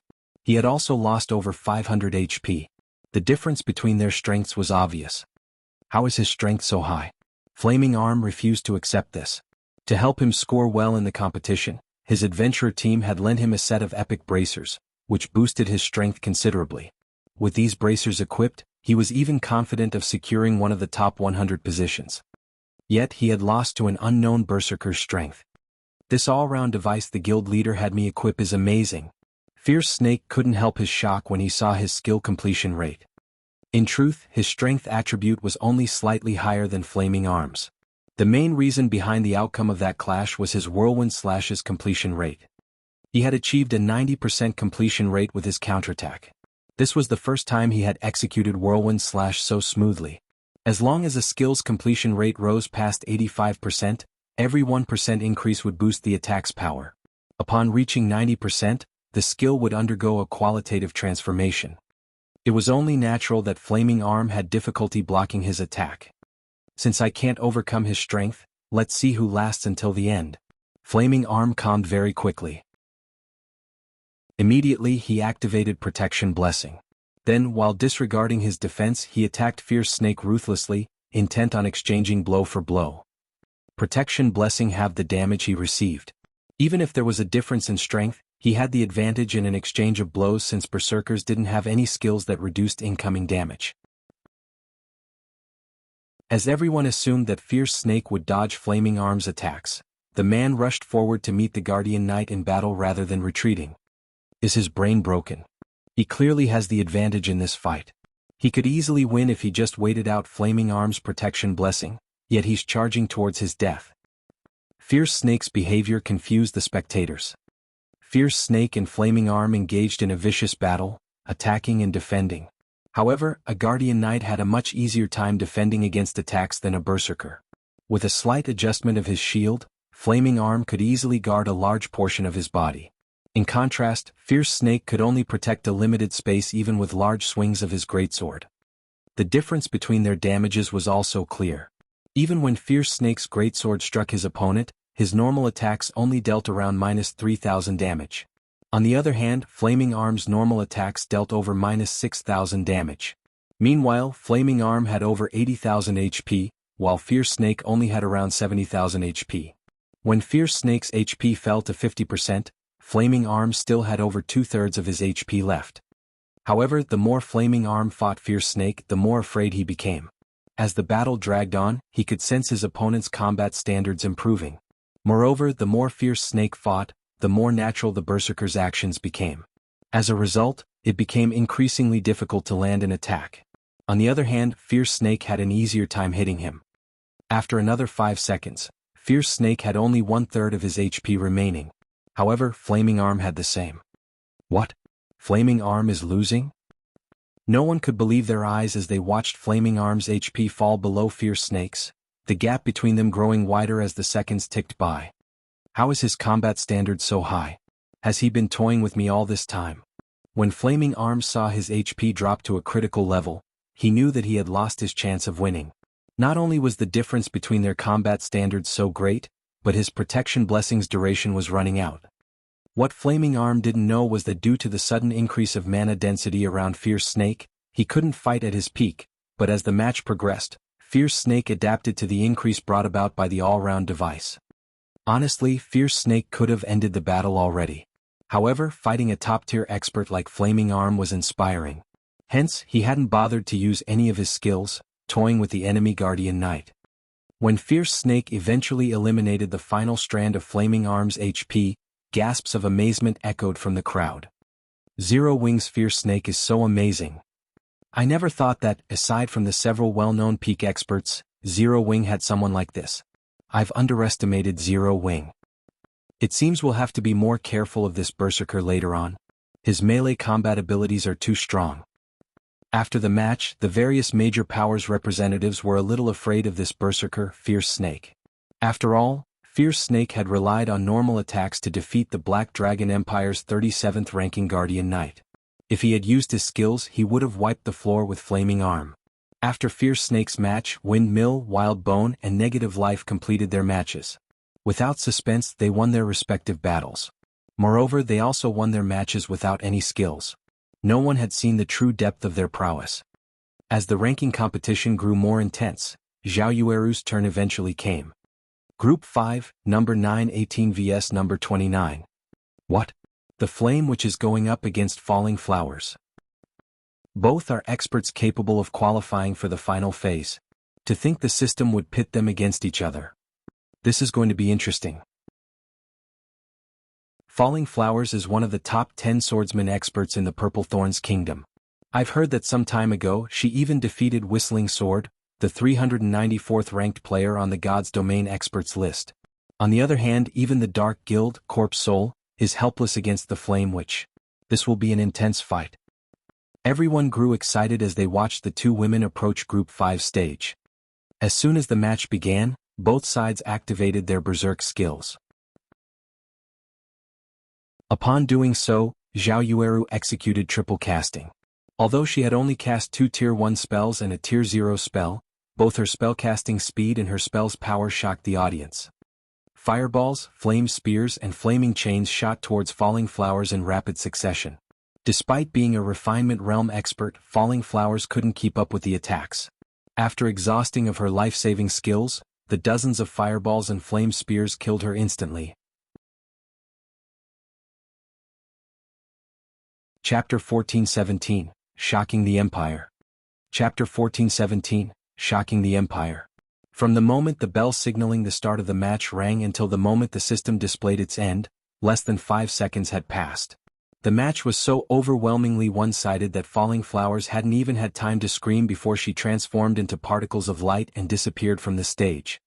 At this point, Group 5 stage had become a smoldering mess. Looking at the stage, Zhao Yueru was momentarily dazed. She struggled to believe that it had been her doing. What just happened? The audience watching Group 5's battle wore dumbfounded expressions, their minds unable to process the unexpected outcome. Originally, everyone had assumed that the fight was between two players of equal strength. They had never expected this outcome. Triple casting. Just who is she? Blue Phoenix stared at Zhao Yueru in shock. Current peak magical class experts were just barely learning to triple cast, and Zhao Yueru could already triple speed cast. Even Blue Phoenix had yet to grasp that level of the technique. Even after entering the legacy space of Zero Wing's secret spellcasting technique, she had only grasped double speed casting. Moreover, based on the power of Zhao Yueru's spells, it was obvious that her skill completion rates were very high. How many secrets is Zero Wing hiding? Phoenix Rain couldn't help but glance at Zero Wing's room from her seat next to Blue Phoenix. Zero Wing had previously revealed that it had powerful magical class experts such as Violet Cloud, Aqua Rose and Alluring Summer. Now the guild had revealed Zhao Yueru. Due to Zhao Yueru's astonishing performance, the audience began to pay more attention to Zero Wing. How strong is Zero Wing? It even has such a powerful Elementalist expert. I had thought that Zero Wing's only capable expert was the Sword King Black Flame. Now it turns out that the guild has such a magical class expert. After this match, the Black Dragon Empire's players began to look into the guild known as Zero Wing. The moment they did, however, they flabbergasted. They had never thought that Zero Wing would be Starmoon Kingdom's #1 guild. This ranking competition is going to be interesting. So, Zero Wing is pretty strong. We'll likely see a change to the Black Dragon Empire's top 10 guild list. Zero Wing should have no problems ranking among the top 10. However, getting into the top 5 will probably be a challenge. After all, the 5 first-rate guilds in our empire have many powerful experts. Why would it be easy to surpass them? While everyone discussed Zero Wing, the various large guilds turned their attention towards the guild as well. They began to search for a method to deal with Zhao Yueru. Although Zhao Yueru's ability to triple speed cast was powerful, she wasn't undefeatable. Following which, the spectators' astonishment grew as they watched one match after another, Zero Wing's 5 representatives improving their battle records. 15 consecutive victories, 20 consecutive victories, 30 consecutive victories. It seemed as if no one could stop Zero Wing's representatives. Not even top adventurer reams and first-rate guilds' top-tier experts were a match for them. In the end, all 5 qualified for the final phase. Zhao Yueru, in particular, had displayed overwhelming power from start to finish. On the other hand, some of the representatives from first-rate guilds and top adventurer teams, who had been expected to make it to the final phase, were disqualified. Zero Wing is too awesome. All 5 of its representatives made it. Even the 5 first-rate guilds couldn't accomplish the feat. I've heard that the Zero Wing Guild developing in the Black Dragon Empire is only a branch guild. If even the branch guild is this powerful, how much stronger is the main branch? I think I heard that Zero Wing's branch guild in Lakeheart City has been recruiting members. Once the competition is over, I must go and apply to join the guild. Before anyone had realized it, Zero Wing had become a rival for the Black Dragon Empire's top 5 first-rate guilds. Its fame in the Empire skyrocketed. Guild leader, are you sure about giving them so many all-round devices? The outcome of the competition had shocked Gentle Snow. She was very familiar with the standards of Zero Wing's 5 representatives. Although their combat power had increased thanks to the weapons and equipment Feng had provided, the improvement was limited. It wasn't possible for them to achieve such exaggerated results. She might have understood if only Zhao Yueru had been victorious, yet despite their assignment to the death groups, the other 4 representatives had won their matches as well. This was unbelievable. Fierce Snake and Negative Life's performances were particularly shocking. They had contended with Refinement Realm experts. In the end, they had relied on superior basic attributes and high skill completion rates, barely defeating their opponents. Gentle Snow had found this outcome incredible. After all, she was fully aware of just how powerful a Refinement Realm expert was.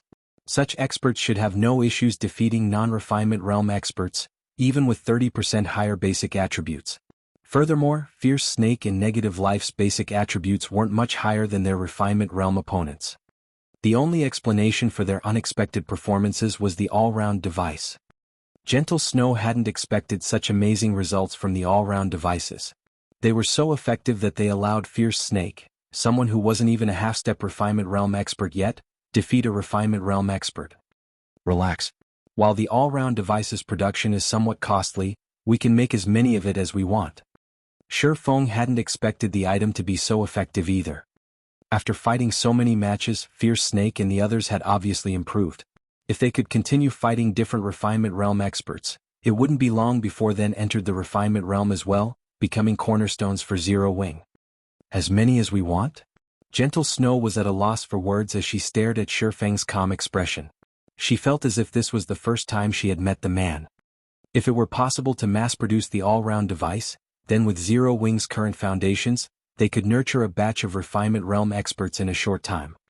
She would never have dared to dream of such a thing in the past. After the competition's initial phase ended, the true ranking competition that everyone had looked forward to began. Unlike the initial qualifiers, participants that lost a match during the final phase would be eliminated, while those that won would proceed to the next round. Meanwhile, to prevent the various large guilds and adventurer teams' representatives face off against their own, the system would try to assign them to different matches as often as possible. This assured that the various large guilds and adventurer teams could collect the maximum number of points possible. Aside from Zhao Yueru, Fierce Snake and the others were strong enough to rival Refinement Realm experts. In the end, they easily passed the first 3 rounds and ranked among the top 150 in the competition. However, 3 had lost the 4th round due to Refinement Realm expert opponents with epic items. In the end, only Zhao Yueru and Negative Life had won their 4th matches in the final phase. During the 5th round, a Refinement Realm expert with more than 1 epic item had eliminated Negative Life. He had lost with little resistance. Guild leader, Zero Wing is far more powerful than we had expected. What should we do now? The shield warrior named Lonely Castle asked Crimson Fox worriedly in Crimson Castle's VIP room. Although the two experts Nine Dragons Emperor had sent had made it to the 5th round, the other 3 representatives had been eliminated in the second match. What's there to worry about? Didn't you see Zhao Yueru's next opponent? Crimson Fox asked unhurriedly as he pointed to the virtual screen above the center stage. What? Lonely Castle was stupefied when he saw the names on the screen. He was instantly elated. Zhao Yueru's opponent for the 5th round was Yi Luofei, the FFF Adventurer Team's vice commander. She had the nickname Frost Empress and was one of the Black Dragon Empire's 4 great elementalists. The Dragon Phoenix Pavilion had even offered her the position of vice commander over its main force to recruit her. Chapter 14:18. You still aren't qualified. As the current match on the main stage was about to end, everyone shifted their gaze to the screen hovering above the stage, excitement and joy sparkling in their eyes. The next match is going to be awesome. The Frost Empress and Flame Witch? How unfortunate. Both clearly have the strength to rank in the top 30, yet they have to face each other in the 5th round. I wonder who's strongest. Do you even need to ask? It's definitely Yi Luofei. After all, she is the 3rd-ranked elementalist in the Black Dragon Empire. She even ended in the top 20 during the previous competition. In the Black Dragon Empire, practically everybody knew about FFF's Frost Empress. She had soared to fame during the previous ranking competition. Her beautiful face and graceful body had made it into everyone's hearts. Although she hadn't left many battle records in the Black Dragon Empire after the competition, the battle records she had left were terrifying. In one instance, she had annihilated a dark guild by herself. In another instance, she had fought the 5th-ranked player on the Black Dragon Empire's red list, the assassin Hell Prison. To be more specific, Hell Prison had ambushed Yi Luofei. In the end, however, she had defeated the assassin, and he had been forced to retreat. Hell Prison had killed several second-rate guild leaders. Although he had never killed a first-rate guild's leader, he had come very close to succeeding several times. This had earned the various large guilds' hatred. However, they were powerless against the assassin expert, yet after a single failed attempt, Hell Prison had declared that he had given up targeting Yi Luofei. No one knew why he had done so, but the fact that Yi Luofei had forced an assassin like Hell Prison to give up showed how powerful she was. The assassination attempt had been a while ago. Yi Luofei had certainly grown stronger since then. Big Sis Rain, it seems that Zero Wing may be in trouble. Yi Luofei is highly talented. The Secret Pavilion has even labeled her as a monster-level genius. Based on the information we currently have, she has grasped at least 2 combat techniques. Moreover, one of them is an advanced combat technique. The Secret Pavilion has tried to recruit her, but she rejected their offer. Based on our reports, it seems that the Flower of 7 Sins has contacted her as well, Blue Phoenix whispered when she saw the combatants for the next round.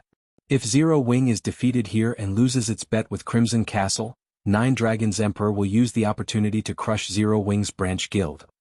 The Flower of 7 Sins didn't just contact her in secret, Phoenix Rain said, smiling bitterly. The Great Pavilion Master informed us to give up on recruiting Yi Luofei and to avoid provoking her. She's already become one of the Flower of 7 Sins reserve upper echelons. The Flower of 7 Sins values her. What? She's already a reserve upper echelon? Blue Phoenix was shocked, staring at Yi Luofei below the main stage. Although the Flower of 7 Sins was a mysterious organization, the various superpowers had a certain amount of information on it. Like the Secret Pavilion, it was considered a transcendental power. None of the superpowers would dare underestimate it. The requirements to become one of the Flower of 7 Sins' upper echelons were even stricter than those to become a super guild's upper echelon. As the Flower of 7 Sins was an organization of assassins, strength meant everything. If one wished to become one of the organization's upper echelons, they needed to have the strength to back up the ambition. Every one of the Flower of 7 Sins' upper echelons was an absolute monster. Now that Yi Luofei was a reserve upper echelon, this proved that the Flower of 7 Sins had acknowledged her strength. The organization had clearly deemed that she could become a monster-level expert as well. When the waiting participants saw the next pairing, a commotion rippled through the crowd. Luofei, it seems you've encountered a proper opponent this time, a slim assassin in dark gray leather armor said from beside the woman, smiling. A proper opponent? Yi Luofei glanced at Zhao Yueru, who sat a short distance away. She responded indifferently, Commander, please stop joking. She's still not worthy of being my opponent. Someone on Phoenix Rain's level might be, but not her. Well, in any case, don't take the match too seriously. Just defeat her casually. Save some cards for the rest of your opponents. Otherwise, you'll have trouble fulfilling your agreement with the Flower of Seven Sins, Yin Tianxing, the FFF Adventurer Team's commander, said as he glanced at the several cloaked players beside the stage. Commander, rest assured, I'll claim the championship and leave those upper echelons speechless, Luofei confidently declared before walking towards the stage. When the Flower of Seven Sins had tried to recruit her, she had given the organization a condition. She required that they turn FFF into one of the top adventurer teams in God's domain, not just the Black Dragon Empire. However, a large amount of resources would be required to do so. Although the Flower of Seven Sins had agreed to her condition, the organization had offered one of its own. She must secure the championship in this ranking competition. Luofei didn't think too much about the condition. After all, not only had the Flower of Seven Sins given her a top-tier epic staff upon her joining, but it had also sent her into 2 legacy spaces, allowing her to improve tremendously. She had even broken through to the Void Realm, pushing her 5 senses to their very limits.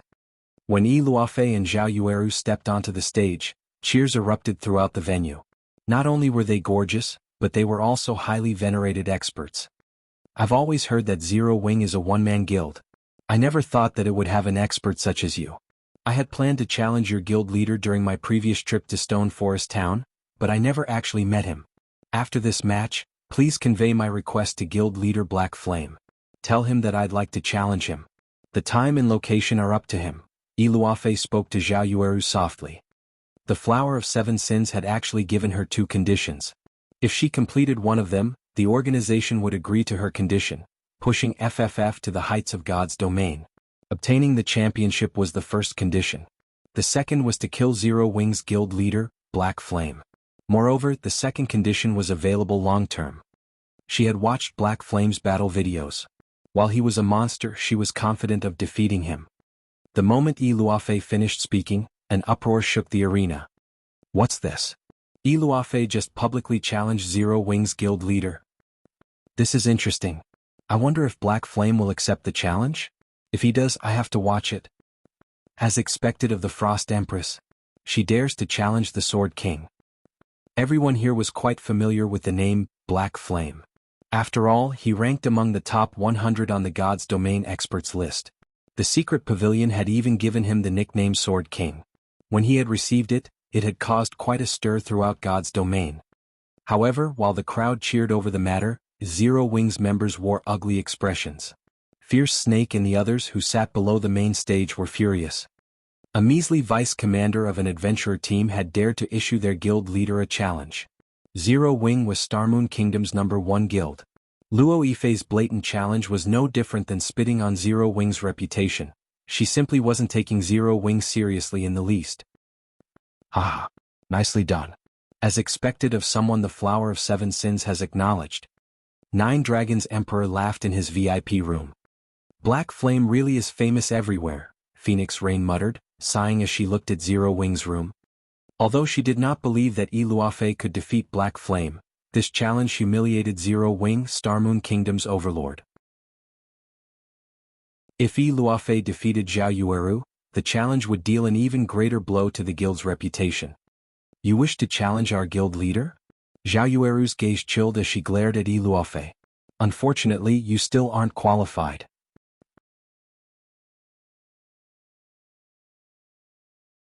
Chapter 1419. Difference in Equipment. Chapter 1419. Difference in Equipment. As soon as Zhao Yueru finished speaking, she released Frostflame's Wrath's aura. As a fragmented legendary weapon, Frostflame's Wrath could exude a frightening pressure. Once a player equipped it, they could actively suppress this aura, making the staff look like an ordinary item. At the same time, this aura could strengthen the player's aura. With the liberation of Frostflame's Wrath's aura, Zhao Yueru's aura underwent a sudden transformation. Fire and ice-type mana surged towards her in a frenzy, causing the surrounding space to tremble. How can a player have such a powerful aura? Is she really the flame which I've heard about? Why does it seem like the space around her is darker?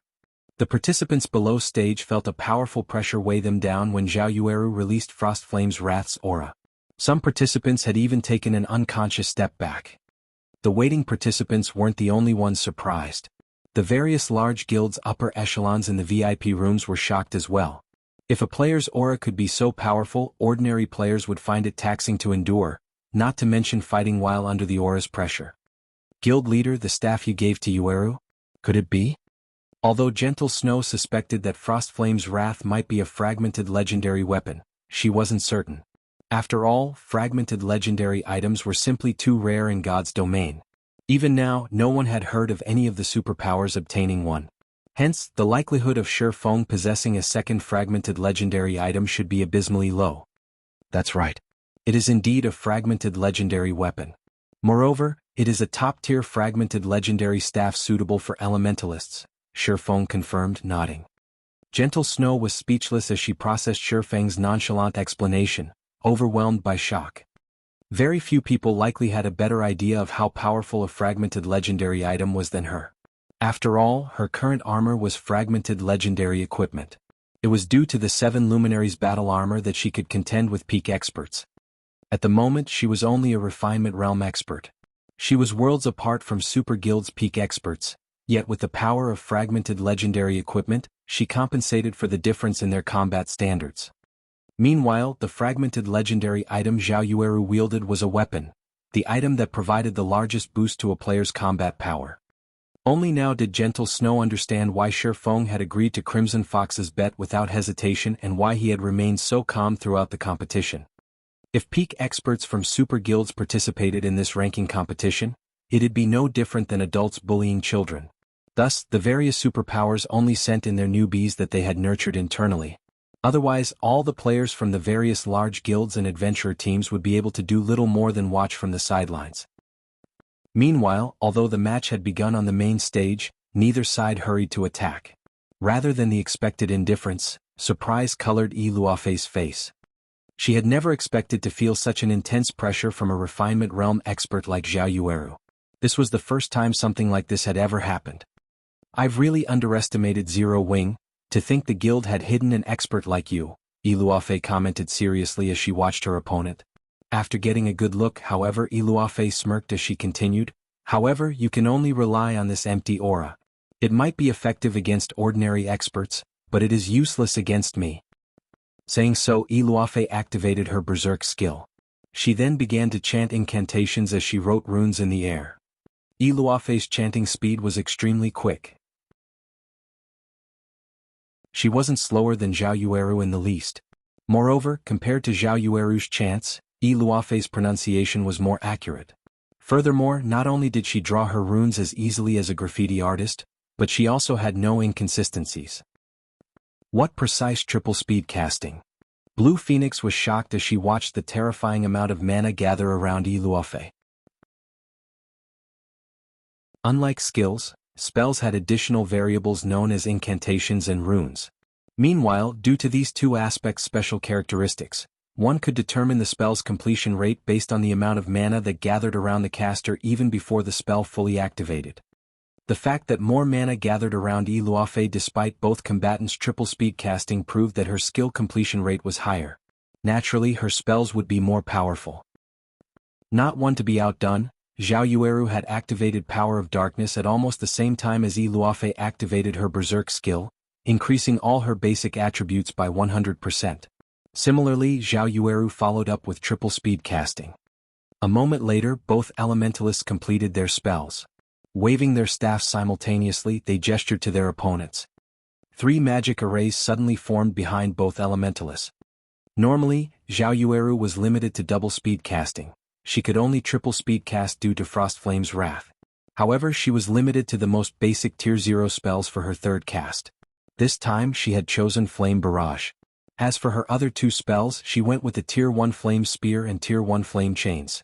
The former possessed extreme destructive power, while the latter had a certain degree of destructive power while allowing her to restrict her enemy. On the other hand, Luofei, who had relied on her own abilities to triple speed cast, had chosen Tier 1 spells for all 3 casts: Frozen Web, Frost Prison, and Ice Blast.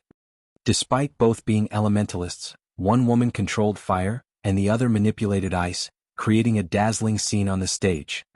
Although you're very strong, it's a pity that your skill completion rates are too low. Your triple speed casting is a mere facade compared to the real deal. Iluofe smiled calmly as she watched Zhao Yueru's flames. She then controlled her ice-type spells to meet Zhao Yueru's spells. Unlike melee players, a clash between magical class players did not rely on one's control of their body. Rather, it relied on one's control over an external object. Many of God's domain spells were ranged. If a magical class player lacked control of their spell, it would be very difficult to hit a moving target. When fire and ice collided, a series of explosions erupted across the stage. Half of the stage transformed into a flaming hell, while the other half had become an icy nightmare. The results were extraordinarily spectacular. However, when their spells clashed, Iluofe, who had been confident of her victory, revealed a grim expression. She currently wore 2 pieces of epic equipment, a shirt and a pair of shoes. Her staff was also epic rank, increasing her completion rate with ice-type spells to a certain degree. She could almost achieve an 80% completion rate with all 3 of her spells. No matter how she looked at it, Zhao Yueru's completion rates shouldn't exceed 70%, yet when she pitted her spells against her opponents, her spells were crushed, and Zhao Yueru's spells maintained a significant amount of their power as they continued towards her. This outcome was simply inconceivable. What Iluofe didn't know was that Frostflame's Wrath improved ice and fire-type spells by 1 tier.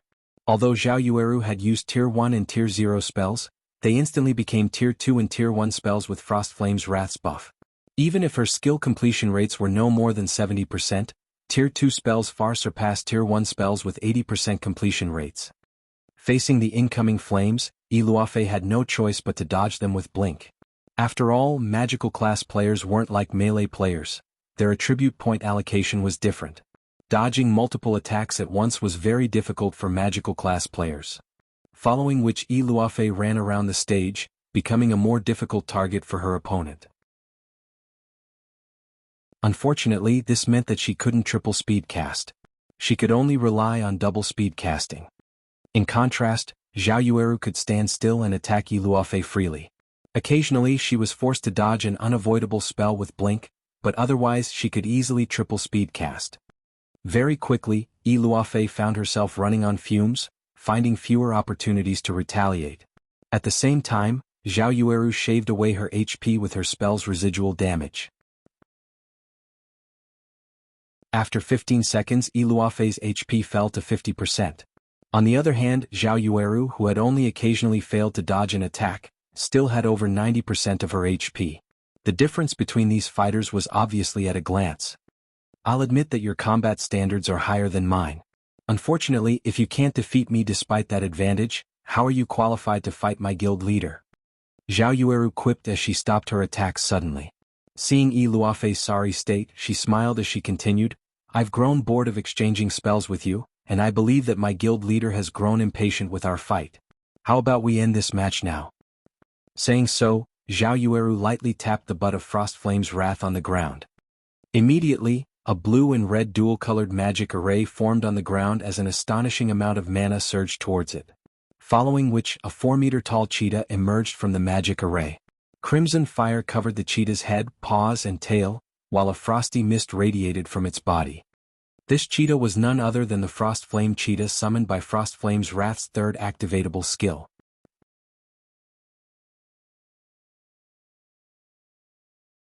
Chapter 1420, Overwhelming Power. Chapter 1420, Overwhelming Power.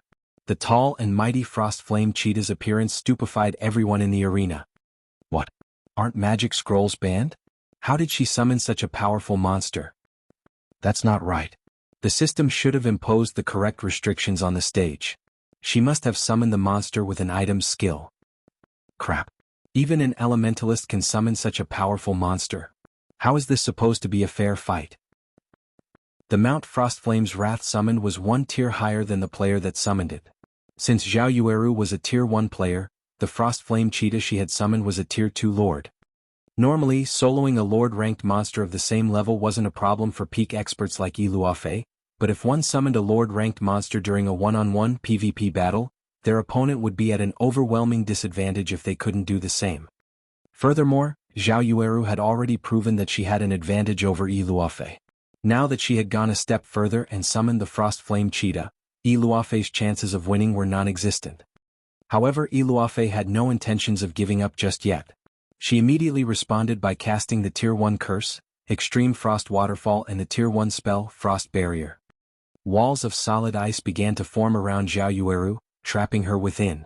Meanwhile, a massive blue magic array appeared above her, gusts of cold air blasting down from the array. Zhao Yueru didn't attempt to dodge the incoming cold air. Instead, she waved Frostflame's Wrath and used the Tier 1 spell, Flame Dragon's Dance. Immediately, a crimson magic array formed beneath Zhao Yueru's feet. Two serpentine dragons of fire then emerged, intertwining as they flew to meet the frost gusts of air. Boom, boom, boom. When ice and fire tangled, white mist filled the space above Zhao Yueru. Not only did Flame Dragon's Dance crush Iluofei's Extreme Frost Waterfall, but the high temperature also melted the ice walls trapping Zhao Yueru. In the end, Iluofei's spells failed to deal even a single point of damage. Even a Tier 1 curse is useless? Iluofei was dazed for a brief moment after watching her Extreme Frost Waterfall fail. A Tier 1 curse rivaled Tier 2 spells. Such a spell could even injure Lord-ranked monsters, yet such a powerful attack had been utterly useless against Zhao Yueru's Tier 1 spell. The various guilds' upper echelons in their VIP rooms were stunned. A Tier 1 spell crushed a Tier 1 curse? Just how wide is the attribute gap between these two? Blue Phoenix stared at Zhao Yueru incredulously. There was only one possible explanation: the gap between the women's attributes was just massive, enough to make up for the difference in tiers. Yet, based on the reports, Iluofei should have at least 3 epic items on her. With her high level, the woman's basic attributes should be near the peak of God's domain. Even if some players had higher attributes, there should be a limit to how high those attributes could go. After all, epic items were not cabbages that could be purchased at the local market.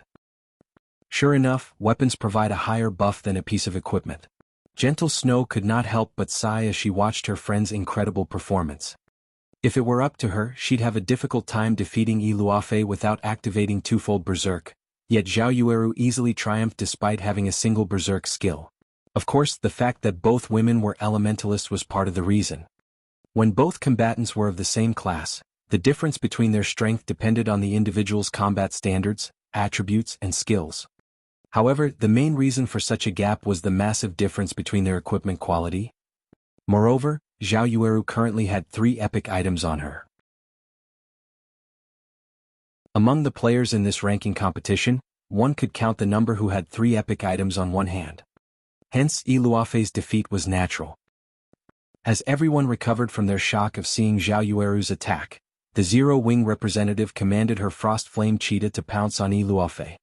Although the Frost Flame Cheetah was only a Lord-ranked monster, it still posed a significant threat to Tier 1 experts. This was especially true for magical classes, who were not fond of speed-type monsters. Iluofei was forced to turn her spells against the Frost Flame Cheetah while keeping an eye on Zhao Yueru's movements. Seeing the cheetah distract Iluofei, Zhao Yueru revealed a smile and waved Frost Flame's Wrath before pointing it to the sky. A large magic array then covered over half of the stage as it manifested above the fighters. The waiting participants gasped. Despite being below the stage and knowing that they were safe from the current battle, the participants felt the threat of death loom over them. Even a fool could tell that Zhao Yueru had cast a large-scale destruction spell. Die. Zhao Yueru abruptly swung down her staff. Immediately, the entire stage trembled as the area's ice and fire-type mana went berserk. This move was none other than Frost Flame Hell, one of Frost Flame's Wrath's activatable skills. When activated, it dealt a combination of ice and fire-type damage to all enemies within a 50-yard radius every second for 10 seconds. With the Frost Flame Cheetah keeping her busy, Iluofei had no hope of escaping the AoE in time. Noticing the wave of fire and cold air surge towards her, Iluofei activated Frost Barrier, becoming invulnerable to all attacks for a short time. However, despite having upgraded the spell to Tier 1, it would only last for 8 seconds. She was simply delaying the inevitable. The seconds ticked by quickly. When the 8 seconds were finally up, the Frost Barrier shattered, and the rampaging ice and fire-type mana killed Iluofei instantly. As Frost Flame Hell dissipated, the spectators could see how miserable a large portion of the stage looked. Silence filled the waiting area below the stage. Although the system had announced the victor, none of the waiting participants cheered. Watching this match had inspired a deep despair in every one of them. They all thought that Zhao Yueru had simply been too cruel. First, Zhao Yueru had summoned a Tier 2 Lord to distract her opponent. Then she used a large-scale destruction spell to end the match. Even with a skill that provided invulnerability, Zhao Yueru's spell would eliminate any opponent unless their life-saving skill lasted for more than 10 seconds. As for closing in on Zhao Yueru and facing her in close quarters, such a strategy would be suicidal with the woman's ability to triple speed cast. The closer one was to the spellcaster, the harder spells were to dodge. Players would also have to deal with a Lord-ranked monster harassing them. Who could possibly beat Zhao Yueru in a one-on-one? Her power was overwhelming. To deal with someone like Zhao Yueru, one would need an ally or the ability to summon a powerful monster with their weapons or equipment. Otherwise, the woman was nearly invincible. She lost. Yan Tianxing could not help his bitter smile as he watched Zhao Yueru on the stage. He had never imagined that a monster like Zhao Yueru occupied the Black Dragon Empire. When she got serious, she could even render a peak expert like Yi Luofei utterly powerless. When Yi Luofei resurrected below the stage, her gaze shifted to her previous opponent. Her declaration to challenge Black Flame was nothing more than a joke now. She still found it hard to believe that she had been defeated so easily. Now, she more or less understood why the Flower of Seven Sins' second condition was long-term. She had assumed that the second condition would be easier to fulfill than the first, but looking at it now, it was obvious that the second condition was, by far, the more challenging. In the Flower of Seven Sins' opinion, she wouldn't be capable of defeating Black Flame for some time. Hence, the organization had set this condition.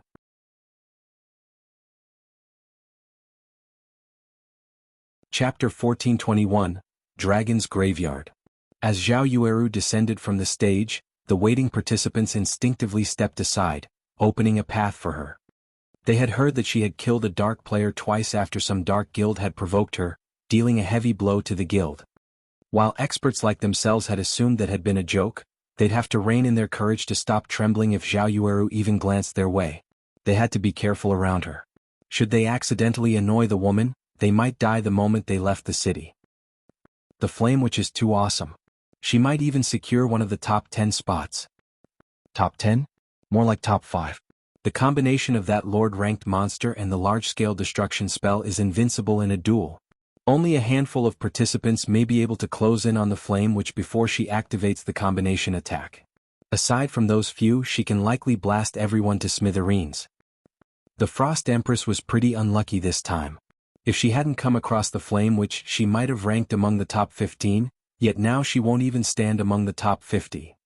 With the Flame Witch on Zero Wing's side, Zero Wing should get a spot among the top 5 guild rankings. Unlike the participants below the stage, the audience in the stands fell into a heated discussion about Zhao Yueru. They were all curious to see what the woman's rank would be in this competition.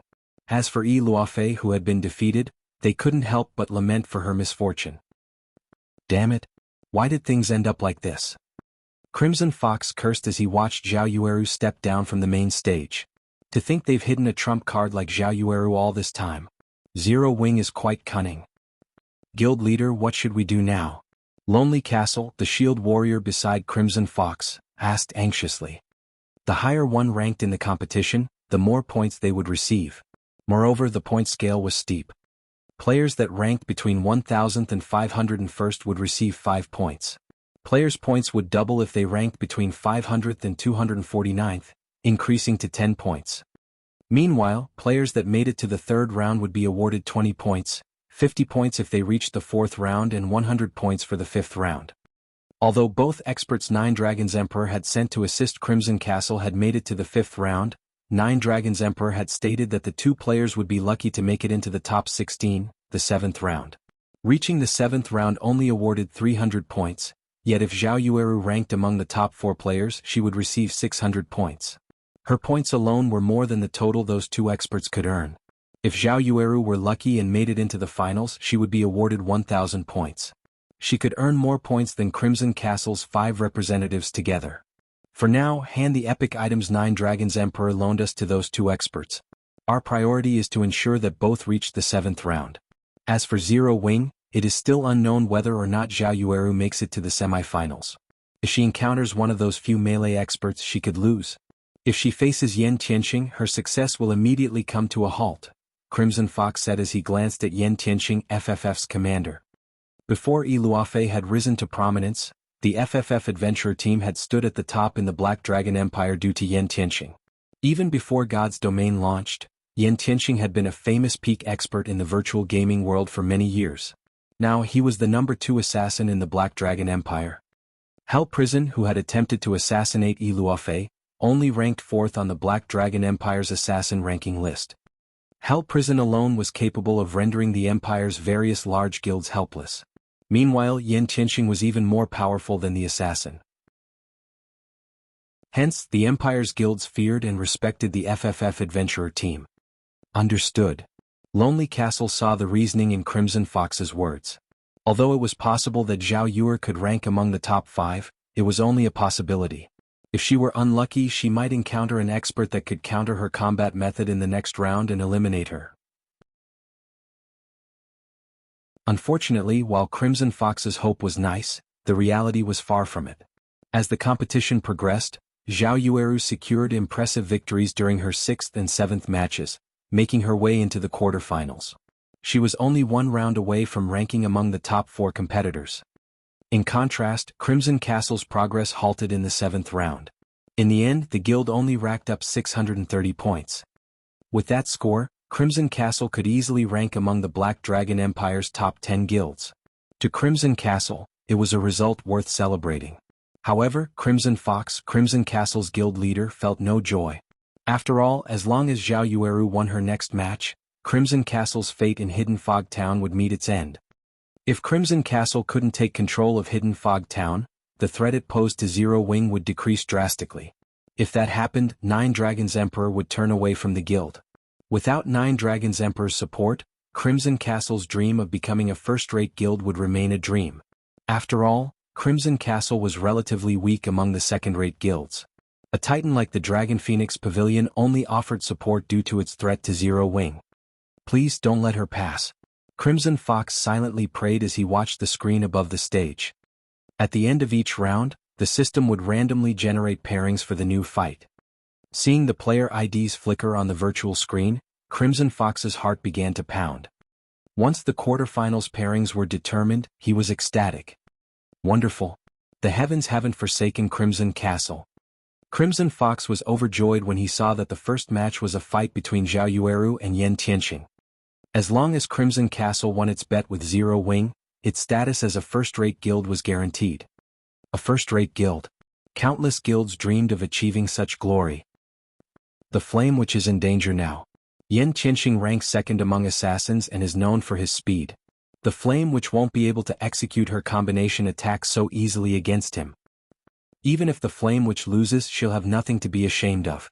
After all, she has a class disadvantage. But Yan Tianqing's win isn't certain. It isn't so easy to close in on an Elementalist who can triple casting. If his timing isn't right when he closes in on the Flame Witch, he might die instantly. The Flame Witch's damage is no laughing matter. She even instant-killed a shield warrior with full HP and shield wall active. Killing a glass cannon like Yan Tianqing would be a piece of cake for her. Everyone cheered and chatted as they watched Zhao Yueru and Yan Tianqing approach to the main stage. As the timer above the main stage began to count down, Yan Tianqing turned towards Zero Wing's VIP room and announced, "Guild Leader Black Flame, this humble man has heard that your guild intends to auction adventure houses in Stone Forest Town. If I win this match, would you allocate a slot for the FFF adventurer team? Of course, if I lose, I will hand over 10,000 magic crystals and a treasure map for the dragon's graveyard." When Yan Tianqing finished speaking, the venue fell silent, dumbfounded by his bet. Everyone's first reaction was to question his intentions. Shouldn't he be trying to avenge Yi Luofei? Shouldn't he have made some valiant remark about defeating Zhao Yueru? Yet, the FFF's commander, one of the Black Dragon Empire's famous top adventurer teams, had just publicly declared his intention of garrisoning in Stone Forest Town. Garrisoning in Stone Forest Town wouldn't have been overly surprising. A top adventurer team occupying a guild town was always good news for the guild, yet based on Yan Tianqing's request, it seemed as if the right to garrison in Stone Forest Town was extremely precious. He had even bet 10,000 magic crystals and a treasure map for the right. The treasure map he had gambled was even related to the dragon's graveyard.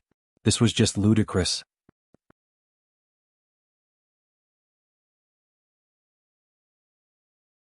Chapter 1422, Forbidden Lands Treasure.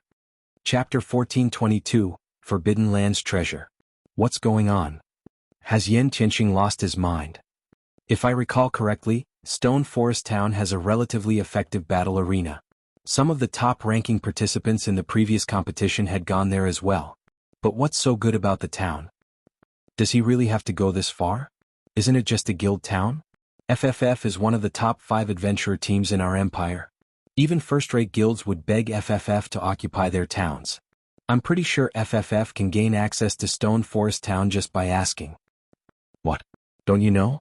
Many experts are trying to train in Stone Forest Town's battle arena. I've heard that the advanced combat rooms are super amazing. They can create a perfect replica of the player that enters the room. The replica can even execute all of the player's skills and spells at 100% completion rate. Those rooms are more effective than fighting an expert of the same caliber. That's right. Firecloud Fox's Remnant Cloud and Graceful Moon visited Stone Forest Town's battle arena and used the advanced combat rooms multiple times. Both managed to rank among the top 500 in this competition. Their performance was significantly more impressive than last time. Remnant Cloud's combat power has improved so much that he even beat his old rivals. Stone Forest Town doesn't only have its battle arena. It also has an advanced auction house with a built-in bartering function. Due to the battle arena and the advanced auction house, Stone Forest Town has become Starmoon Kingdom's undisputed #1 guild town. I've heard about that too. Many top and well-known adventurer teams in Starmoon Kingdom and several neighboring kingdoms are trying to garrison in Stone Forest Town. Unfortunately, Zero Wing only plans to open 5 adventurer houses to the public. The various adventurer teams are frantically collecting funds. When the time comes, the competition for those adventurer houses will be intense. Though, it is surprising that even an adventurer team like FFF is interested in the town. For a time, many people, both in and outside of the arena, discussed Zero Wing's Stone Forest Town. Many of the Empire's players began to gain some understanding of the guild town.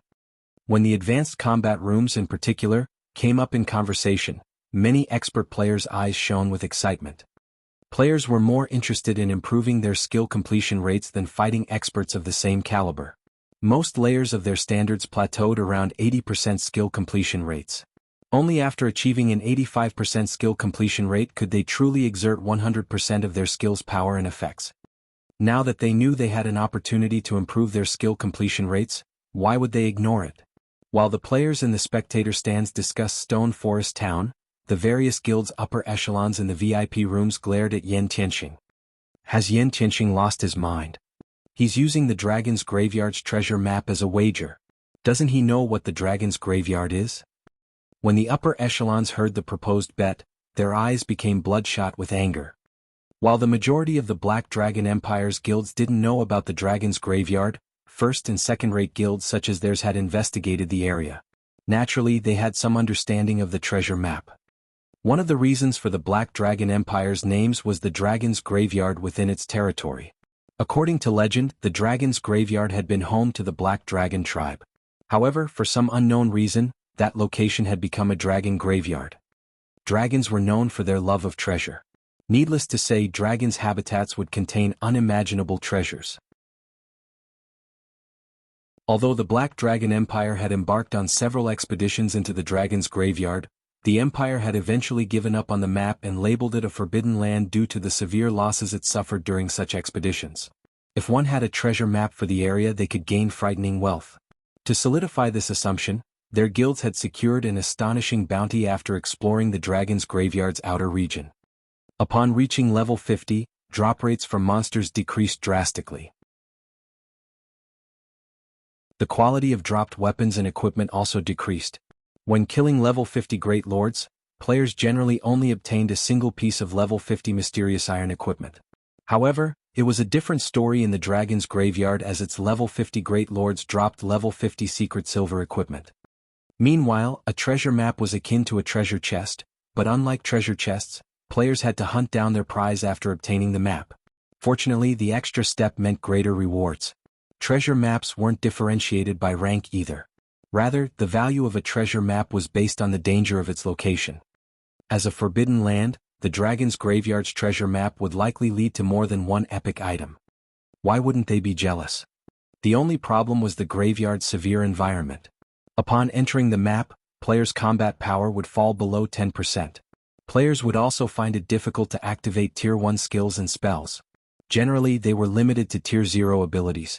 Players had to pay a hefty price to deal with a level 50 Great Lord. Furthermore, Great Lord-ranked monsters were common in the Dragon's Graveyard. There were also quite a few Grand Lords. Commander? Iluofe, who watched from below the main stage, stared at Yan Tianqing with confusion. Did you really have to expose that item just for an adventure house? The FFF adventurer team had been on many adventures. It had uncovered many opportunities as well. Among the various opportunities, the greatest had been their acquisition of an epic-ranked item called the True Orb from an ancient ruin. With this orb, Yan Tianqing even had a high chance of defeating the Black Dragon Empire's #1 assassin. They had obtained the Dragon's Graveyard's treasure map from a dark gold treasure chest in the same ruin. One could just imagine how valuable it was. Iluofe couldn't understand Yan Tianqing's decision. Even if their adventurer team wanted to occupy Stone Forest Town, they could compete for the opportunity in the auction. With the FFF adventurer team's financial strength, they were likely to win a slot. This gamble was just unnecessary. Guild Leader, the Dragon's Graveyard is a super large-scale map in the Black Dragon Empire with extremely abundant resources. The treasures in the area are extraordinary. However, due to the harsh environment, most large guilds have struggled to pioneer the map, Gentle Snow explained. Yan Tianqing is quite generous. Feng could not help but laugh. He must know that the competition for the garrison slots is going to be intense. But by using the treasure map as bait to convince me to agree to the bet, isn't he worried about losing it? Naturally, no one in God's domain understood the Dragon's Graveyard better than him.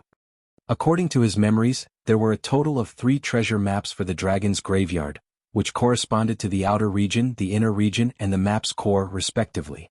Meanwhile, the treasures in each of these areas were better than the last. The wealth one could gain in the outer region was the equivalent of several dark gold treasure chests. It was rumored that the items one could find in the inner region were the equivalent of 2 or 3 epic treasure chests. As for the core, the treasures there were the equivalent of 1 or 2 inferior legendary treasure chests. Although Feng had no idea of which treasure map Yan Tianqing possessed, the items in the outer region were already hard to come by, much less those in the inner and core regions. Since he wants to gamble, I have no reason to reject his offer. Feng then contacted Zhao Yueru and ordered, "Agree to the bet." Understood. Zhao Yueru nodded. This match is very important. You don't need to hold back, Feng added. Can I really use that move? Zhao Yueru was confused. However, a hint of anticipation flashed in her eyes. Before the competition had begun, Feng had forbidden her from using all of her strength in battle. His reasoning was very simple. Every additional trump card she had was an advantage. Their priorities in this competition were to defeat Crimson Castle and earn enough points to rank among the top 3 guilds in the Black Dragon Empire. Yes, he is very strong. If you hold back you might lose, Feng confirmed. Hearing that she could go all out, Zhao Yueru's eyes sparkled with excitement as she shifted her gaze towards Yan Tianqing. My guild leader has agreed to your conditions so long as you don't regret making them later on, Zhao Yueru said, smiling. I have never gone back on my word before. Besides, I made the bet in front of so many people, Yan Tianqing responded, smiling. Since we have an agreement, let us begin. Saying so, Yan Tianqing activated his berserk skill and vanished as if he had never existed in the first place.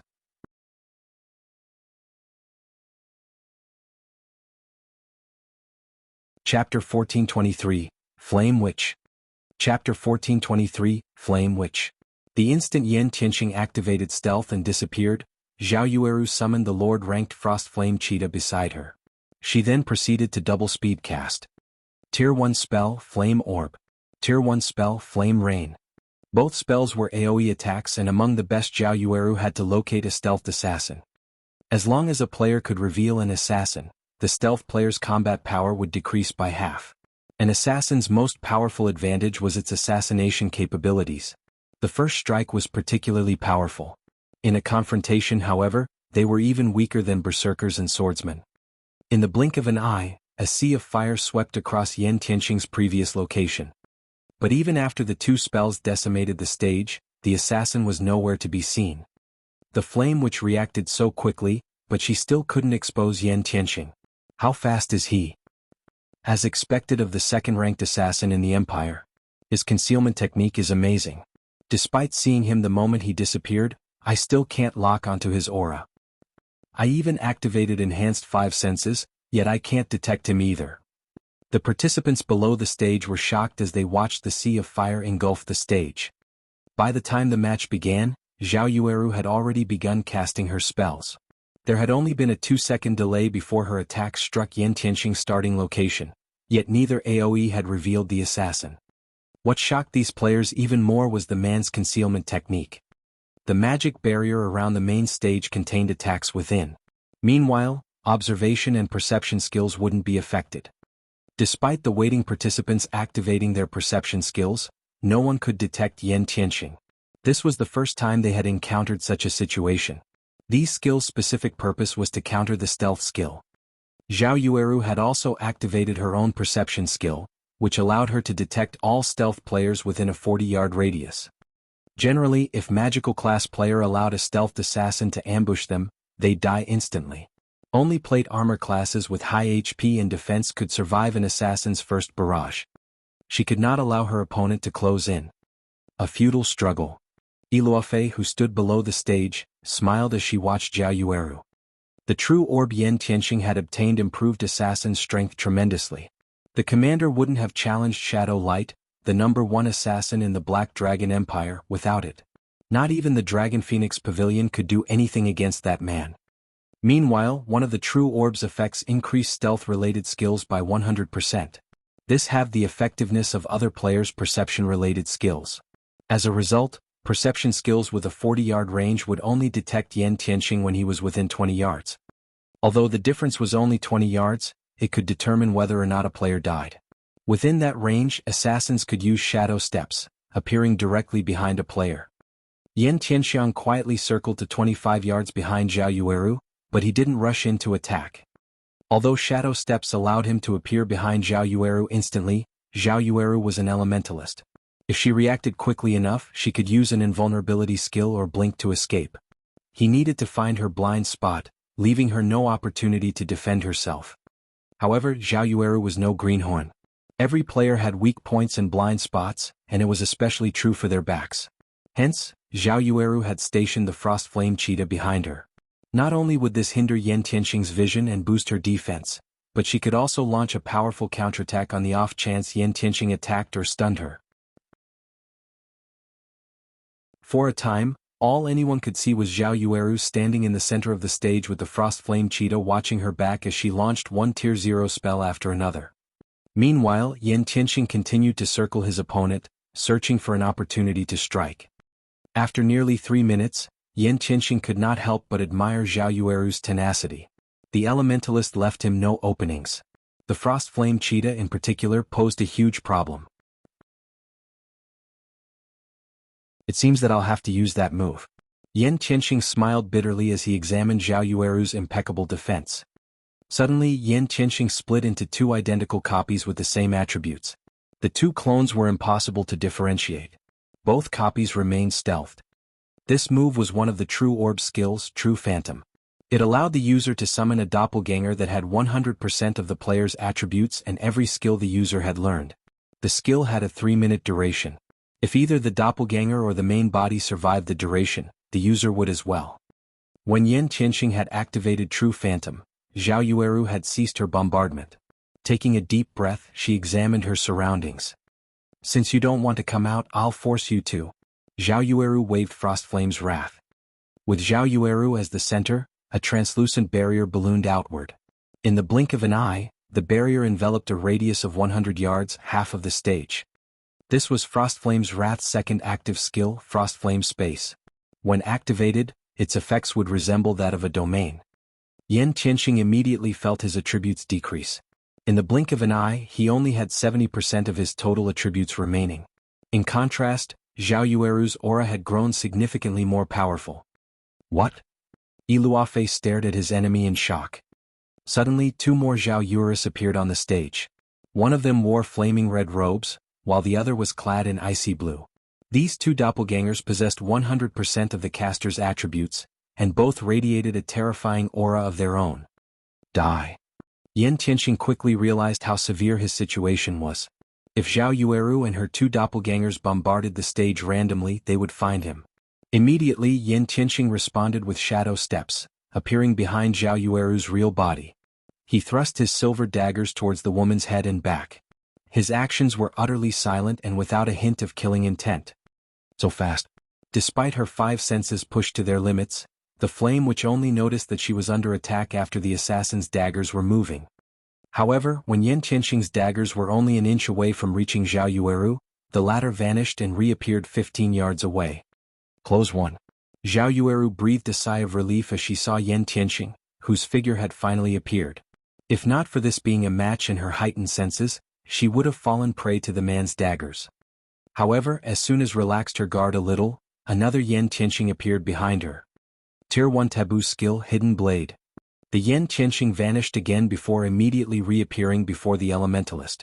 Before Zhao Yueru could react, 6 black shadows flew towards Zhao Yueru's heart, each attack dealing over -30,000 damage. The woman's HP instantly plummeted to 0. What? Everyone in the arena was dumbfounded when they saw Zhao Yueru hit the ground. Who could possibly avoid such an attack? Despite everyone's belief that the match was over, the bell never signified its end. Unexpectedly, Zhao Yueru's doppelgangers smiled from beside her real body. Both responded by waving their staffs.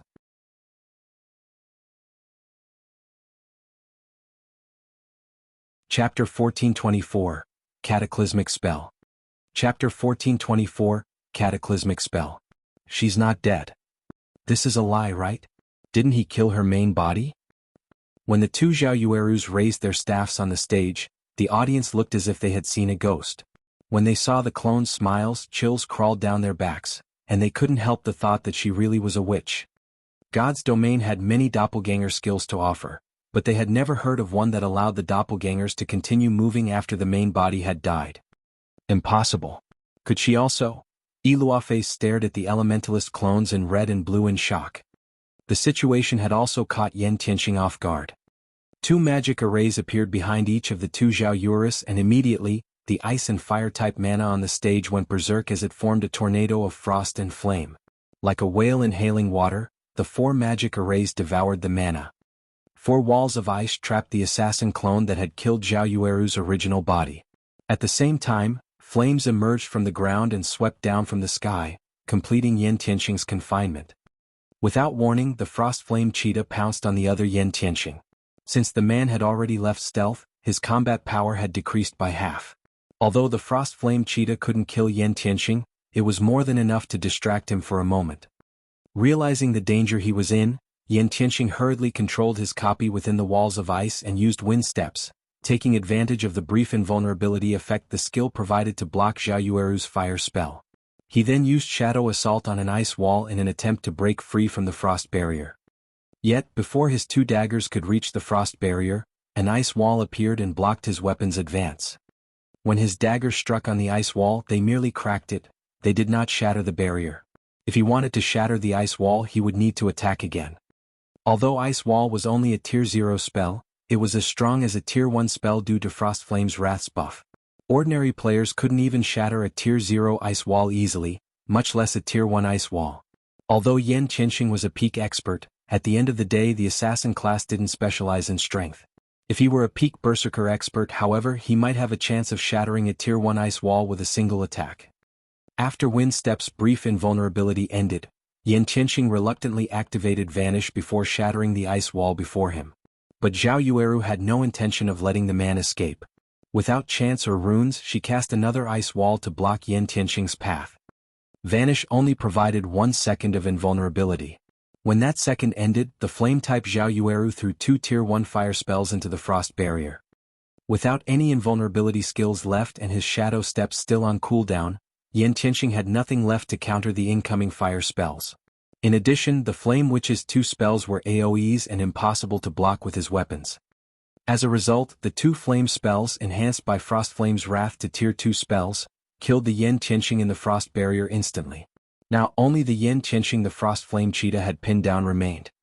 What a brutish way to fight. Crap. Wouldn't this be considered quadruple casting? The flame which is invincible.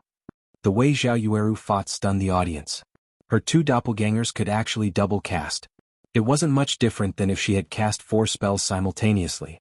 Moreover, all 4 spells were under her full control. To make matters worse, all 4 spells were overwhelmingly powerful. A doppelganger? Zhao Yueru muttered as she watched the Yan Tianqing in the frost barrier disappear before turning to the assassin retreating from her. Revealing a smile, she muttered, "Do you think you're safe just because you put some distance between us?" Immediately, Zhao Yueru's ice and fire-type doppelgangers began to double cast again. With Yuan Tianqing's speed, he'd be difficult to trap with frost barrier again. Hence, Zhao Yueru didn't use the same approach. Instead, she switched to Tier 1 spells that focused on crowds. In the next moment, over 70 fire arrows, fireballs, ice spears, and ice arrows formed behind the doppelgangers. These spells then flew towards their target. Everyone fell silent as they watched the ice and fire-type spells fill the sky. Moreover, Zhao Yueru's control over these spells was exceptionally precise. Despite Yan Tianqing moving so quickly that he left behind afterimages, most of the Elementalist spells struck the assassin. As a result, Yan Tianqing was forced to block the incoming attacks with his weapons and had no choice but to use wind steps to defend himself. However, while Yan Tianqing's speed was astonishing to ordinary players, to Zhao Yueru, whose physique had improved by 50% thanks to Frost Flame Space, Yan Tianqing wasn't particularly fast. At best, he was only as fast as an ordinary expert. She had no issues landing her attacks. Meanwhile, the agility-specialized assassins couldn't easily block spells with Tier 2 power. Yan Tianqing's HP fell with each hit he took. It was only a matter of time before his opponent carved it all away. As they watched, the participants below the stage felt goosebumps cover their skin. How was this a one-on-one fight? It wasn't any different than facing a 20-man magical team's bombardment. Who could survive such ruthless attacks?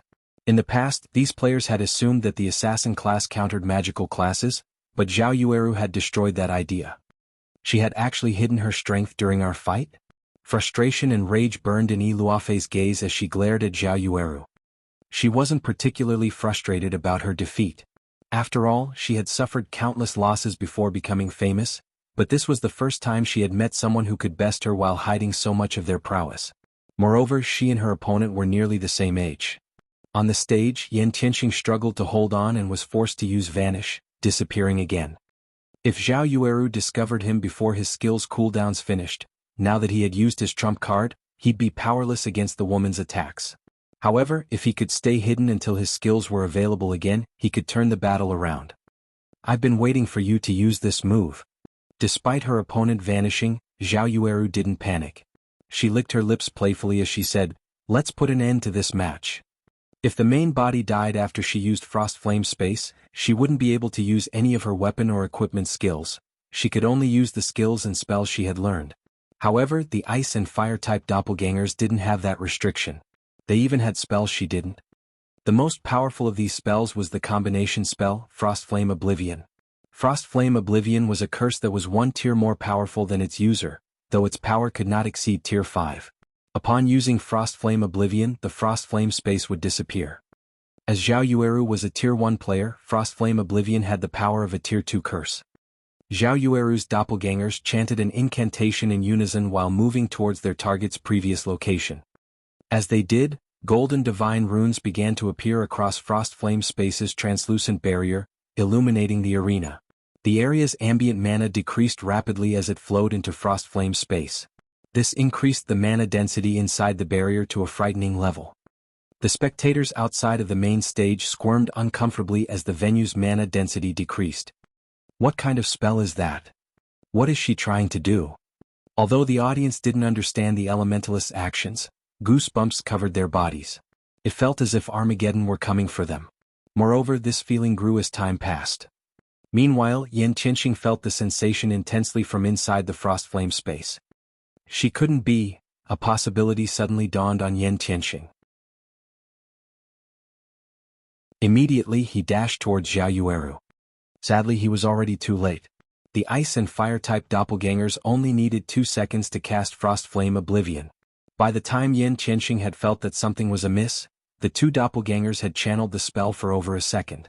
The assassin could never cross 50 yards and launch an attack in that time. Let's end this. Both doppelgangers pointed their frost flames wraths towards the sky as a pillar of fire and a pillar of cold air shot upward, striking the magic barrier. Suddenly, the frost flame space cracked as the horrific power of ice and fire annihilated everything within the space.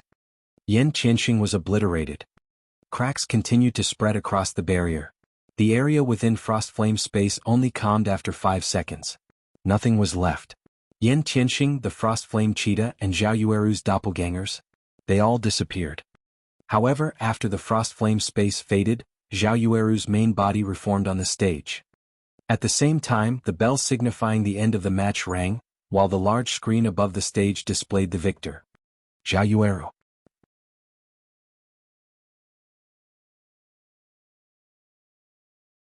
Chapter 1425, Number 1 Elementalist. Chapter 1425, Number 1 Elementalist. When Zhao Yueru's name appeared on the screen above the main stage, the venue fell silent as everyone turned to the Elementalist incredulously. They wouldn't have been so shocked if Zhao Yueru had simply defeated Yan Qianxing. But the woman had displayed overwhelmingly destructive power. If she were capable of disintegrating everything within a 100-yard radius of herself, who could ever challenge her in a one-on-one PvP match? With that terrifying spell, who could possibly stand up against the Flame Witch? Crap. She beat the second-ranked assassin just like that? Is she an NPC? With such frightening strength and spells, the Flame Witch won't have any issues winning the championship. That's right. Even if she doesn't win, she should rank first on the Empire's Elementalist ranking list. I never thought that Zero Wing had an expert like this. No wonder Zero Wing had become Starmoon Kingdom's overlord. I'm sure it won't be long before Zero Wing joins the ranks of first-rate guilds in the Black Dragon Empire. Zhao Yueru had inspired shock and awe in the crowd. With such an AoE powerhouse, other guilds would have to think twice before starting a war with Zero Wing in the fields. Zhao Yueru's firepower alone could likely rival that of a 100-man expert team. We lost. Crimson Fox stared at Zhao Yueru in a daze. At this point he truly regretted challenging Feng to a bet. He hadn't imagined that Zero Wing had hidden a trump card like Zhao Yueru. Now, Crimson Castle had lost all hope of obtaining Hidden Fog Town. Meanwhile, Zero Wing would become Lakeheart City's undisputed overlord once it secured the town. Even with 9 Dragons Emperor's support, Crimson Castle could never compete with Zero Wing. Guild leader, are we really going to give up on Hidden Fog Town? Lonely Castle asked, reluctance coloring his face. Give up. Crimson Fox shook his head as he suddenly thought of an idea. Sneering, he said, while it is true that Crimson Castle has to give up on capturing Hidden Fog Town, that doesn't mean that other guilds cannot try. Notify the other guilds immediately and tell them to prepare the necessary manpower. Although we cannot offer any of our forces, we can supply information, weapons, equipment, and siege tools. Understood. Lonely Castle smiled as he listened to Crimson Fox's plan. Hidden Fog Town wouldn't be easy to raid. Even if Crimson Castle couldn't act, they could keep the town out of Zero Wing's hands if several third-rate guilds worked together with the support of Crimson Castle's items and information. If they succeeded, 9 Dragons Empire wouldn't forsake their guild. As long as they retained the man's support, Crimson Castle could develop into a first-rate guild eventually. After resurrecting below the stage, Yan Qianxing glanced at Zero Wing's VIP room. Commander, Iluofe was at a loss for words as she looked at Yan Qianxing, who wore a bitter smile. It was obvious that he had valued Stone Forest Town's garrison rights. Unfortunately, not only had he failed to obtain that right, but he had also lost 10,000 magic crystals and the Dragon's Graveyard's treasure map. I had thought that this was an opportunity, but Zero Wing really is as unfathomable as the rumors say, Yan Qianxing said as he shook his head dejectedly. He then smiled as he continued, it seems that we'll have to see to some more preparations. Commander, why is Zero Wing Stone Forest Town so important to you? It is just a town in a small kingdom. How could it possibly be any better than Super Guild's towns? With our team strength, we shouldn't have any problems occupying one of their towns. Why should we bother with Stone Forest Town's 5 garrison slots? Iluofe was astonished. She had been flabbergasted when he had sent her to compete for a private house in Stone Forest Town. Now Yan Qianxing was adamant of obtaining Stone Forest Town's adventurer houses. It is only natural that you don't have a great opinion of Stone Forest Town. I only found out the truth from a friend. When the time comes, adventure teams like ours won't be the only ones competing for those slots. Some superpowers are preparing for the auction as well, Yan Tianxing quietly explained. He had fought in the virtual gaming world for many years now, so he had many expert acquaintances. Among them, a few were upper echelons in certain superpowers. Their information networks far surpassed any first-rate guilds. How is that possible? Isn't it just a kingdom's town? How could it even tempt superpowers? Iluofei exclaimed. Stone Forest Town might not have attracted their attention in the past, but times have changed. Zero Wing now has the advanced auction house and the advanced combat rooms. The auction house offers items that are usually very difficult to find on the market, while the combat rooms can even help peak experts grow stronger. Why wouldn't these benefits tempt superpowers? Yan Tianxing explained. If not for Stone Forest Town's nigh impenetrable defenses and the support from the Dragon Phoenix Pavilion, the various superpowers would have likely sent their forces to capture it. Now that Zero Wing intends to auction off 5 adventurer houses, these various superpowers cannot miss the opportunity. Furthermore, the adventurer teams that set up in Stone Forest Town will be required to sign a contract with Zero Wing. There is no doubt that the contracted adventurer teams will receive exclusive benefits. If these superpowers join the competition, the auction will be unimaginably intense. So we'll have to begin preparing right away. Realization dawned on Yi Luofei as she listened to her commander's explanation. She was stunned.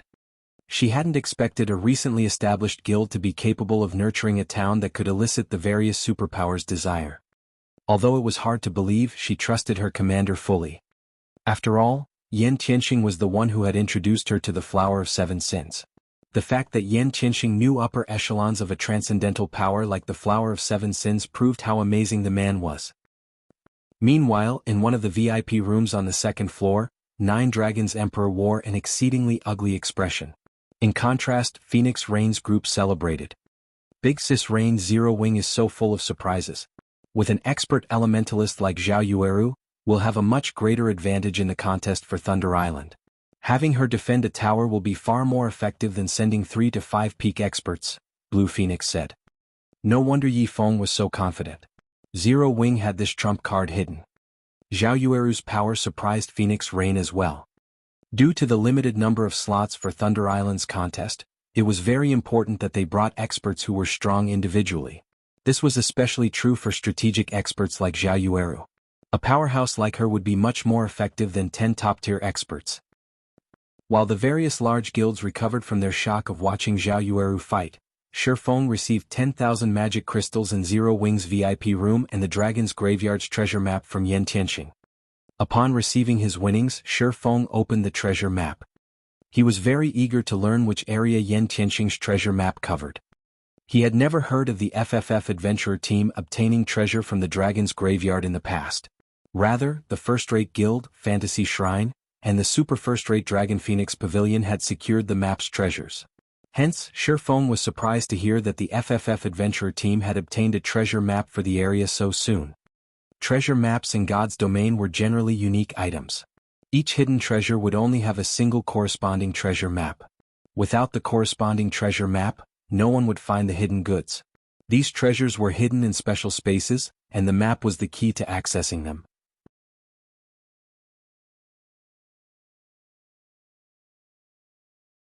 Chapter 1426, Instant Fame. Chapter 1426, Instant Fame. After unfurling the treasure map, Feng inspected its attribute panel. The information displayed confused Feng. Aside from the words Dragon's Graveyard, the treasure map didn't have any information to display. There wasn't even a general map for the Dragon's Graveyard. Guild leader, is there a problem with the treasure map? Gentle Snow asked curiously when she noticed the strange expression on Feng's face. There is indeed a problem, Feng said, chuckling. This treasure map requires a master-ranked appraisal. When he tried to inspect the treasure map forcefully, the system notified him of the requirement. Master-ranked. Gentle Snow was astonished. Although one could easily find appraisal shops in NPC cities, the NPCs working in these stores were, at best, advanced appraisers. It was impossible to find a master appraiser in these shops. Although a lot of players had taken on the appraiser subclass, their progress was extremely slow. After all, players had to appraise a large number of top-tier items to gain proficiency. Even the various large guilds had only nurtured a few advanced appraisers. As for master appraisers, it was very difficult for every subclass in God's domain to reach the master rank. However, what truly surprised Feng was not the fact that the treasure map needed a master appraiser, but that it had to be appraised to begin with. Based on what he had heard in the past, the maps leading to the dragon's graveyard's 3 great treasures hadn't needed appraisals. One could just inspect them. Could this treasure map lead to something other than the 3 great treasures? Feng's curiosity grew. Immediately he activated Omniscient Eyes to inspect the treasure map. Fortunately, Omniscient Eyes could rival a master-ranked appraisal. After 20 seconds, the treasure map's information began to reveal itself. What? Feng was dumbfounded when he saw the displayed information. As he had guessed, the treasure map Yan Tianxing had given him didn't lead to one of the 3 great treasures. This map wasn't even a treasure map. It was a map to the dragon's graveyard's secret land, the Dragon's Nest. This secret land was far more valuable than the 3 great treasures. Unlike the treasures, which would disappear once someone claimed them, players could periodically enter the secret land an indefinite number of times. Like the Sea Dragon's secret land, one could obtain all sorts of precious items in the Dragon's Nest. Yet, funny enough, Yan Tianxing had treated this item like a typical treasure map. After giving the matter some thought, Feng realized that it was to be expected. After all, secret lands were incredibly rare. On the other hand, treasure was common in large maps like the Dragon's Graveyard. If a player obtained a map with the words, Dragon's Graveyard, it wouldn't be unusual for them to assume it was just a treasure map. Guild leader, it couldn't be a fake, could it? Gentle Snow thought of a possibility when she saw Feng's surprise. There were many treasures in God's domain. However, there was also a large number of fakes. In fact, a large majority of the treasure maps players obtained weren't real. It is. Feng nodded. I knew Yan Tianxing couldn't be that generous. Gentle Snow sighed, somewhat disappointed. If Zero Wing could obtain the Dragon's Graveyard's treasures, it would significantly help the guild's development. If an adventurer team like FFF used the treasure, it might even elevate the team's overall strength to a whole new level. How could he have been willing to gamble such a precious item? This isn't a treasure map. It's a map to a secret land in the Dragon's Graveyard, Feng said, smiling when he saw Gentle Snow's dejected expression. What? It's a map to the Dragon's Graveyard's secret land. How is that possible? Gentle Snow's eyes widened in shock. For a moment she even thought Feng was playing a trick. Take a look for yourself, Feng said, chuckling. He then passed the secret land map to Gentle Snow. It's real. If Yan Tianxing finds this out, he'll lose his mind. Gentle Snow's eyes sparkled as she looked at the map. Needless to say, a secret land in a forbidden area like the Dragon's Graveyard would be high quality. Moreover, the reward for clearing a secret land for the first time would most likely rival, or even surpass, the Dragon's Graveyard's treasure. Although subsequent visits wouldn't yield as many benefits as the first, the secret land could be raided indefinitely. In the long term, the income from exploring the secret land would exceed the 3 great treasures. However, this map had a flaw. The secret land would be very challenging to reach. The Dragon's Nest was located in the Dragon's Graveyard's inner region. Moreover, it was very close to its core.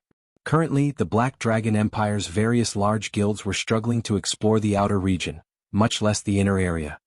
Before they could reach the secret land, the monsters in the inner region would likely wipe them out. However, Gentle Snow did not know that Feng had already prepared to visit the Dragon's Nest. While the other large guilds might have trouble reaching the inner region, the same could not be said for Feng. After all, he had the all-round device. He didn't need to worry about the low mana density in the Dragon's Graveyard. Moreover, the Dragon's Nest only opened once a week. They still had 2 days until the next reset. It would be a huge waste not to visit the secret land. The only problem was that he needed more all-round devices. After Zhao Yueru's match with Yan Tianxing, the competition proceeded as usual. With each match, the audience's passion grew. After all, aside from Zhao Yueru, the weakest players who made it to the quarterfinals had reached the Flowing Water Realm. However, faced with Zhao Yueru's unreasonable Frost Flame space, even peak experts would succumb to death. In this competition, players' cooldowns would reset upon finishing a match, and this included their weapons and equipment skills. As a result, Zhao Yueru could use Frost Flame Space and Frost Flame Oblivion in every one of her matches. If her main body remained alive, she could use Frost Flame Hell as well. With the stage's limited amount of space to move around, her opponents had no hope of dodging both of her large-scale destruction spells. In the end, Zhao Yueru had won the championship, becoming the greatest dark horse in the competition this time around. At the same time, the Flame Witch's name resounded throughout the Black Dragon Empire as Zhao Yueru became the Empire's #1 Elementalist. As for this uproar's main perpetrator, Zhao Yueru found this situation somewhat unbelievable. If this had been a competition of combat standards, she wouldn't have made it into the top 30, yet she had won the competition with the help of the Frost Flame's wrath. The strength of a fragmented legendary weapon had her mesmerized. Unsurprisingly, Zero Wing had become the #1 guild in this ranking competition and obtained the invitation to participate in the Secret Pavilion's upcoming internal auction. The Black Dragon Empire's official forums were ablaze with activity.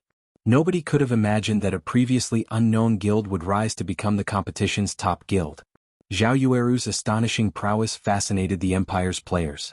She was the perfect combination of beauty and violence. Zero Wing will definitely rise in the Black Dragon Empire now. I heard that Zero Wing has been recruiting members in Lake Heart City. I'm going to apply when I have time. For a time, players swarmed Zero Wing's residence in Lake Heart City. Far more players wanted to join the guild than Gentle Snow had anticipated. To accommodate more members in the branch guild, she began her preparations to capture Hidden Fog Town, using this opportunity to develop her corner of Zero Wing. Big Sis Snow, over 10,000 third-rate guild members who are allied with Crimson Castle, have secretly gathered at the guild's residence in Lake Heart City. Moreover, this number is rapidly climbing. By the looks of it, it seems as if they intend to rush towards Hidden Fog Town. Unknown players have also ambushed many of our members grinding near the town. I suspect that this is Crimson Castle's doing. Crimson Fox is quite persistent. Since he can't take action openly, he's moving against us in secret? Gentle Snow frowned as she listened to her subordinate's report. Clearly, their previous agreement with Crimson Castle had been a farce. They're moving in secret? Revealing a faint smile, Feng reasoned, it seems that if we don't teach these guilds a proper lesson, they'll assume that Zero Wing is easy to bully. Since Crimson Fox has gone back on his word, he can't blame me for refusing to show mercy.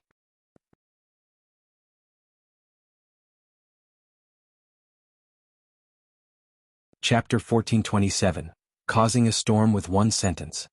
Chapter 1427, Causing a Storm with One Sentence. Snow, have someone compile a report on Crimson Castle for me.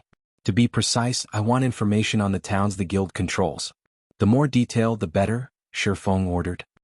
Detailed information on Crimson Castle's guild towns? Gentle Snow couldn't help her growing confusion. Very quickly, however, she thought of a possibility. Shocked, she asked, Guild leader, do you intend to raid one of their guild towns? Raid one of Crimson Castle's towns? Feng shook his head. Chuckling, he said, no. I want to raid them all.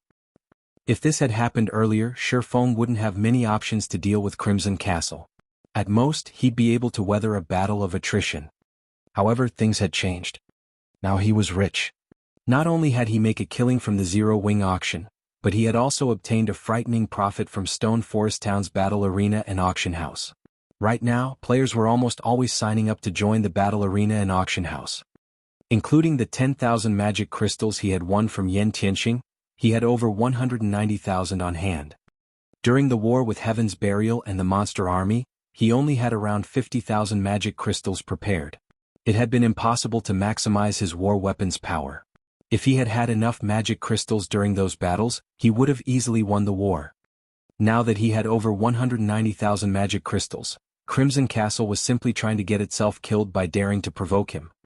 He was even confident of capturing a first-rate guild's town with the resources he had available, let alone a second-rate guild like Crimson Castle.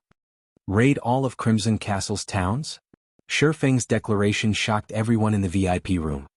A guild town was vital to a guild's development. Hence, guild towns were generally heavily fortified with static defenses and many players, making them very difficult to capture. One would need to prepare quite a bit to capture a guild town, yet Feng had decided to take all of the towns under Crimson Castle's control. This was insane. Snow, get the branch guild's main force members ready. And spread the news. I want every guild in the Black Dragon Empire to know. We'll take action as soon as you've gathered the information I requested. Feng instructed. We're not hiding our intentions? Gentle Snow was dazed for a long moment after listening to Feng's command. When raiding an enemy guild town, one generally kept their operations a secret. It would give a force the greatest chance of success, yet Feng wanted to declare his intentions publicly.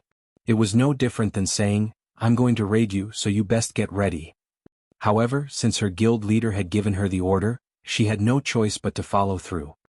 Although Nine Dragons Emperor quietly backed Crimson Castle, taking over the guild's towns would be a piece of cake if Zero Wing got serious and mobilized all of its elite and expert players. After all, Zero Wing had an overwhelming advantage over Crimson Castle in terms of both quality and quantity. Only, doing so would strain Zero Wing's funds. Meanwhile, before the players in the arena left the venue, Gentle Snow had tasked her subordinates to make the announcement, stating Zero Wing's plans to raid Crimson Castle's guild towns in the Lakeheart City region. The news caused an uproar throughout the Black Dragon Empire. What's going on? Zero Wing plans to attack Crimson Castle. Didn't Crimson Castle lose its bet to Zero Wing? Does the guild have to be so ruthless? No. I've heard that a few third-rate guilds allied with Crimson Castle have mobilized their forces to cause trouble around Hidden Fog Town. It is clear that they are trying to keep the town out of Zero Wing's hands. Zero Wing's likely infuriated. Even so, isn't this unwise? Guild towns aren't that easy to raid. The majority of Zero Wing's forces are stationed in Starmoon Kingdom. With them so far away, it'll be even more difficult to capture Crimson Castle's towns. The players on the forums discussed the matter heatedly. Almost nobody was optimistic about Zero Wing's chances. Although Zero Wing had a branch guild in Lakeheart City, it lacked strength in the Black Dragon Empire. The branch guild simply wasn't on the same level as the main branch in Starmoon Kingdom.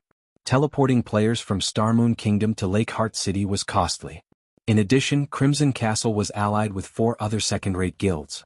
Those guilds would lend Crimson Castle aid if it were attacked.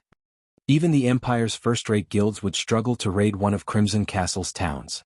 And even if success were possible, none of these guilds would be willing to pay the price. Zero Wing must have lost its mind. Do they think that our town's defenses are just for display? Crimson Fox, who had long since returned to his guild's residence, laughed when he heard the news. He had planned to fight it out with Zero Wing slowly, but it would seem that preparing for such had been a waste. Although the 2 towns Crimson Castle controlled were not particularly popular among the general populace, both were close to or and herb-rich maps, and the guild and its 4 allies used them as resource warehouses. Naturally, he had invested plenty of resources in the town's defenses. Each town had 8 defense turrets, magic barriers and other war weapons. Even a 200,000-man elite army wouldn't pose a threat to the towns. Furthermore, the 4 second-rate guilds had constructed temporary guild residences in both. Their members could reinforce the towns at a moment's notice. Even if Zero Wing mobilized all of its elite members, it could never capture their towns. Guild leader, we've just received a message from Nine Dragons Emperor's people. He said that he will send a 200-man expert team to protect both towns. Each team will also have 6 gnome cannons, Lonely Castle reported. Nine Dragons Emperor has also offered to ignore our previous failure, allowing Crimson Castle to remain the 5 guilds leader if we give Zero Wing a good beating. Go to the Dragon Phoenix Pavilion's messengers, and let Nine Dragons Emperor know that he can rest assured. Unless the sun rises from the west, Zero Wing's members should not even think about setting foot in Crimson Castle's towns, much less capture them, Crimson Fox responded confidently. Meanwhile, in the Dragon Phoenix Pavilion's residence in the Black Dragon Empire, Phoenix Rain nearly jumped in surprise when she received the news. She had never expected such insanity from Zero Wing. She immediately contacted Feng. Guild leader Black Flame, do you really plan to raid Crimson Castle's guild towns? Phoenix Raid asked seriously. That's right. Feng nodded. I beg of you to discard the idea. Nine Dragons Emperor is Crimson Castle's backer. Moreover, he instructed his subordinates to create resource warehouses in both towns. He's already stationed his personal Shadow Dragon Legion in the town's long-term as well, Phoenix Rain explained. The Shadow Dragon Legion was one of the 3 trump card legions under 9 Dragons Emperor's command. Among the 3 legions, Martial Dragon's War Dragon Legion was the strongest. Although the Shadow Dragon Legion's overall strength was weaker than the War Dragon Legion, it was fond of large-scale battles. Hence, 9 Dragons Emperor had sent his men to protect Crimson Castle's 2 towns. Zero Wing had just made a name for itself in the Black Dragon Empire. Before accumulating sufficient strength, it was unwise to raid these 2 towns. The Shadow Dragon Legion? Feng had heard of the Legion before. In response, however, he simply chuckled and thanked the woman. "Thank you for your warning, Phoenix Pavilion Master. I will be careful. I still have much to tend to, so if there's nothing else, I'll be disconnecting the call now." Saying so, Feng ended their conversation. What is this man thinking? When Phoenix Rain had seen Feng's calm expression, she wondered if Feng actually understood how powerful the Dragon Phoenix Pavilion's trump card legions were. Any superpower's trump card legions could annihilate an elite army of tens of thousands. Furthermore, the Shadow Dragon Legion specialized in large-scale combat. Meanwhile, Gentle Snow finished gathering information on Crimson Castle's guild towns and handed the report to her guild leader.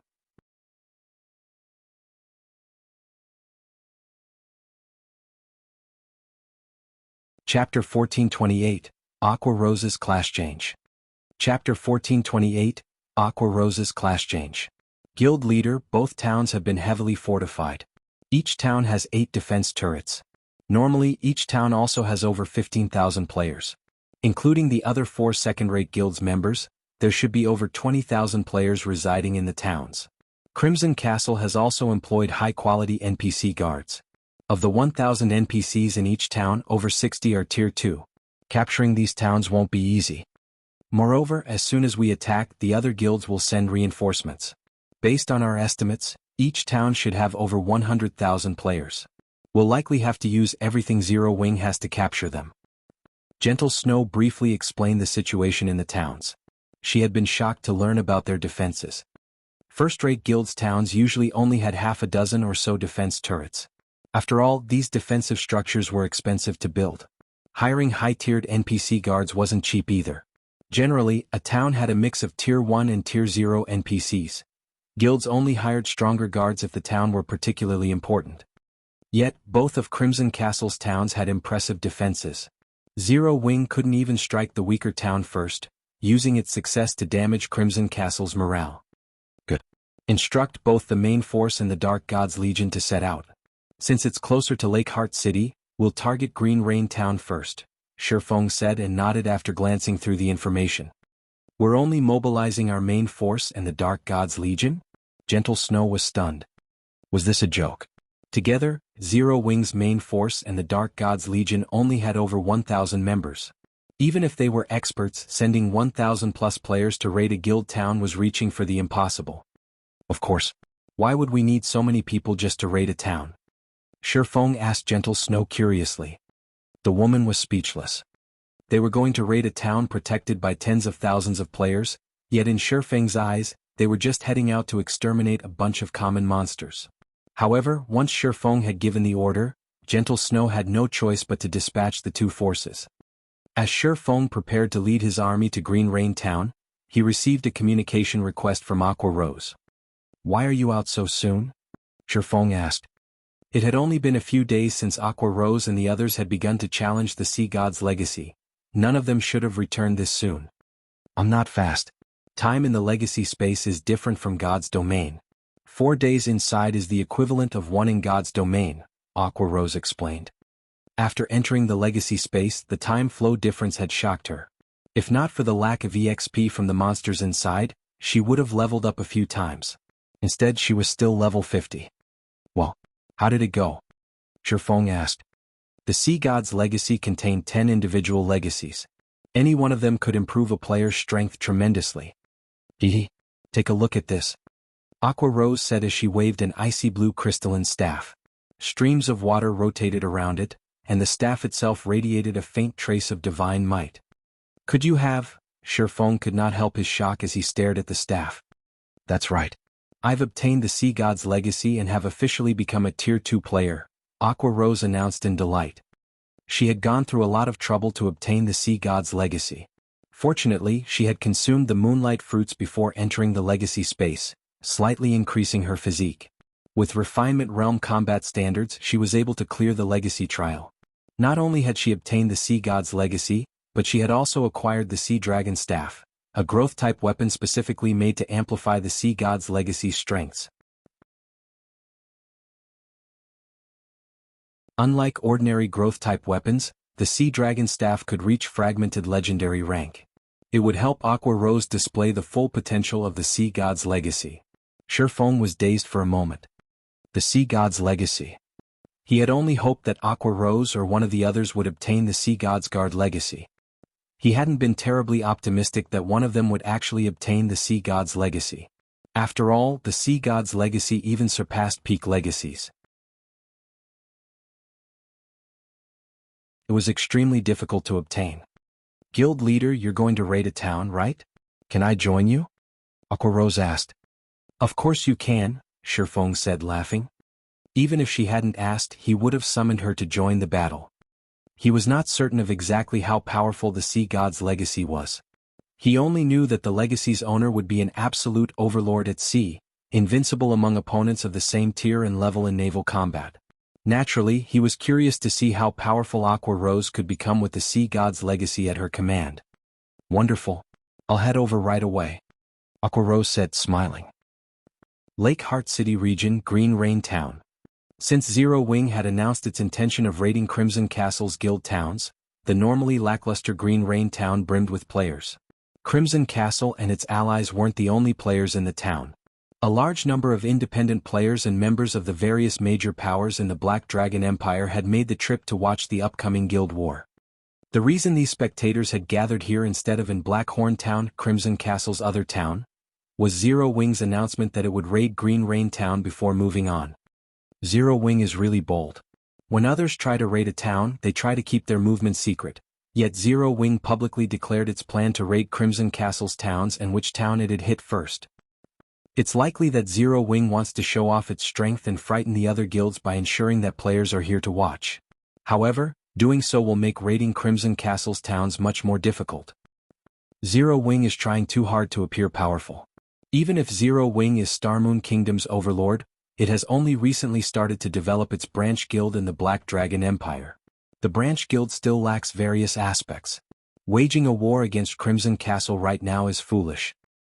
I've heard that the other 4 second-rate guilds allied with Crimson Castle have dispatched 150,000 elite members to Green Rain Town.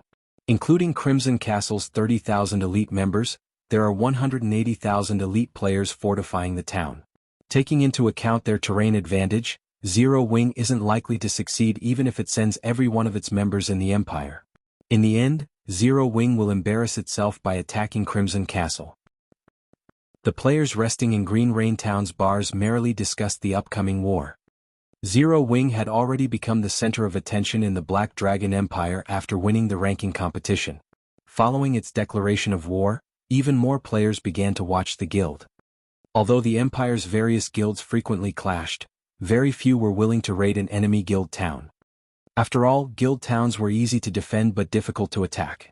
Without an absolute advantage, no guild would be foolish enough to raid an enemy's town. Meanwhile, Crimson Castle and its allies' upper echelons had gathered in a captivating room within the guild's Green Rain Town residence.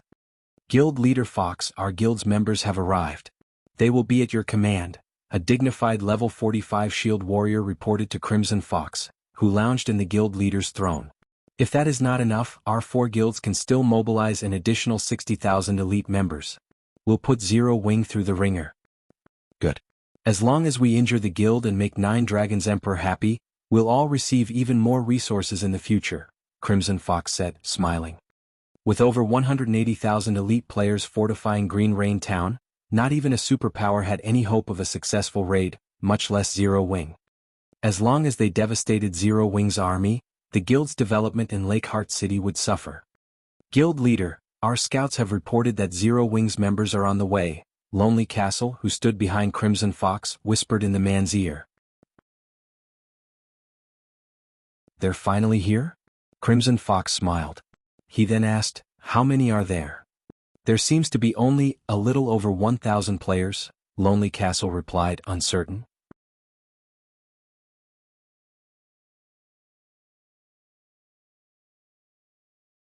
Chapter 1429, Give It a Thorough Beating. Chapter 1429, Give It a Thorough Beating. When Lonely Castle finished speaking, the meeting room fell silent. Everyone stared at Lonely Castle with astonished expressions. They all thought that the shield warrior had to be joking. "What did you say?" Thinking he had heard wrong, Crimson Fox asked for confirmation. "They only sent 1,000 plus members. MHM. The several hundred assassins we've sent out to scout have confirmed this. Zero Wing hasn't dispatched anyone beyond those 1,000 plus members. However, all of those members are rapidly approaching Green Rain Town on mounts. They'll likely arrive in a little over 10 minutes. Lonely Castle understood that he could not convince Crimson Fox with words alone, so he played the video his subordinates had sent him on the virtual screen above the table. The recording displayed over 1,000 players atop their mounts. However, unlike other guilds, the majority of Zero Wing's members rode Thunder Wolves. Their charge was impeccable. Moreover, every player's level on the team was very high. The lowest leveled among them was level 45. Furthermore, their weapons and equipment weren't the least bit inferior to the upper echelons in the meeting room. A single one-horned, black tiger led this team of players. Black flames and arcs of blue electricity danced around the tiger's paws. Despite only watching a video of the creature, every one of these powerful players felt an indescribable pressure weigh them down. As for the man atop this black tiger, he was none other than Zero Wing's famous guild leader, Black Flame. Crimson Fox stared at the screen, dazed for a long moment. While he had seen arrogant guilds before, he had never seen a guild as arrogant as Zero Wing. They treated the 180,000 elite players fortifying Green Rain Town as nothing more than a paper tiger. How is this possible? Zero Wing only sent 1,000 plus members? Has Zero Wing lost its mind? This is the siege battle that Zero Wing promised us? They dare come at us with such a small force? Are they tired of living? These players couldn't help but laugh as they watched the video. The contingent Zero Wing had dispatched might consist of nothing but expert players, but siege battles were different from field battles. The power an expert could exert was considerably limited. Not to mention, every guild town had a large number of NPC guards. NPC guards weren't monsters. If an ordinary expert player tried to take on a Tier 1 NPC, they'd suffer a one-sided beating. Furthermore, Green Rain Town's NPCs were all level 70 and above. The town even had level 70 Tier 2 NPCs. Even without the 180,000 elite players and the town's defensive structures, the 1,000 NPC guards could easily annihilate Zero Wing's small force. Zero Wing is pretty bold. They dare to attack Green Rain Town with just so few players. Don't they know what death means? At this moment, a burly man wearing silver armor stood up and said, "Guild leader Fox, leave this to Immortal Dynasty. There's no need for Crimson Castle to bother with this small group from Zero Wing. It's about time we teach Zero Wing that the Black Dragon Empire and Starmoon Kingdom are not the same. Brother Brighthouse doesn't need to dirty his hands. Let the Shadowlight tribe deal with this. We'll finish Zero Wing's members off before they even get close to Green Rain Town," the handsome man beside Brighthouse said, laughing. Before Crimson Fox could comment, the 4 second-rate guilds' upper echelons voiced their enthusiasm to take the lead against Zero Wing's force. As Crimson Fox attempted to reply, a black-clad man beside him spoke up, "None of you need to get involved. Leave these people to the Shadow Dragon Legion." The moment this black-clad man spoke, the upper echelons fell silent. On the surface, Crimson Castle was in charge of this war. In reality, however, this black-clad man was in command. The man was none other than Shadow Tooth, the commander of the Dragon Phoenix Pavilion's Shadow Dragon Legion. He was also known as the War Dragon. Not only had Shadow Tooth risen to fame much earlier than Martial Dragon, but he had also left plenty of intense battle records in multiple large-scale virtual reality games. This man had participated in hundreds of guild wars, and every time he took the field, he secured overwhelming victories. Hence, he had earned the nickname War Dragon. Individually, he wasn't any weaker than Martial Dragon, although the latter was more well known due to his status as an up-and-coming monster in the virtual gaming world. Since Shadow Tooth had declared his intentions, The upper echelons surrendered the fight for the prestige of defeating Zero Wing. I'll have to trouble Brother Shadowtooth then? Crimson Fox repeatedly expressed gratitude after listening to the commander's declaration. The Shadow Dragon Legion was very famous in the virtual gaming world. The Legion's experts had fought in countless battles alongside Shadowtooth. Although these players were only top-tier experts individually, they could exert tremendous power on the battlefield. With only a handful working together, they could easily take down peak experts. This was also the reason that the virtual gaming world's various superpowers disliked dealing with the 1,000-man Legion. Meanwhile, news of Shifeng's 1,000-plus contingent quickly spread throughout Green Rain Town, causing an uproar. Is Zero Wing trying to be funny? And to think they made such arrogant claims earlier. Now that they realize that Green Rain Town is impossible to raid, they've only sent 1,000 members to try to gloss over their insults. I had thought that Zero Wing was some awesomely powerful guild, but it seems that it has nothing more than this. This could be their wisest move. If Zero Wing truly tried to raid Green Rain Town, it'd suffer heavy losses. How boring. I'm heading back to level up. The spectating players in the town were disappointed. They had hoped to watch an interesting battle, but this was just a farce. At the same time, Zero Wing lost the prestige it had earned in the Black Dragon Empire. As players prepared to leave Green Rain Town, Shifeng's group reached a hilltop 15,000 yards away. Snow, have the main force members guard the mountain pass below us. Everyone else, secure this area. Do not let anybody reach this position. You have my permission to kill any disobedient players, Shifeng instructed as he gazed down at the distant town. Shifeng's instructions confused his party members. They were still so far away from Green Rain Town. What was the point in securing such a distant location? Once Zero Wing's members spread out and surrounded the hill, Shifeng took 2 intermediate mana pulse cannons and a movement-type defensive magic array from his bag and began to set them up. Guild leader, you're not thinking of decimating Green Rain Town? Aqua Rose could not help her surprise when she saw the 2 intermediate mana pulse cannons. Abundant resources were available near the town, but if they turned these massive cannons against it, they'd cripple Green Rain Town. Although Green Rain Town is a strategic location, Zero Wing does not have much use for it. Moreover, with the town's powerful defenses, this is the perfect opportunity to test how effective the intermediate mana pulse cannons are in a siege. Why else would I have deliberately announced our intention to attack Green Rain Town? Shifeng asked seriously. Hearing Shifeng's explanation, Gentle Snow was speechless. The reason behind his announcement had been to test the intermediate mana pulse cannon's effects. If Crimson Castle's upper echelons knew about this, they'd likely have a heart attack.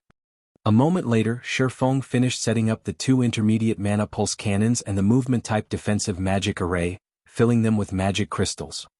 Once he had confirmed that everything was in place, Shifeng issued his command, aim for Green Forest Town and beat the hell out of them.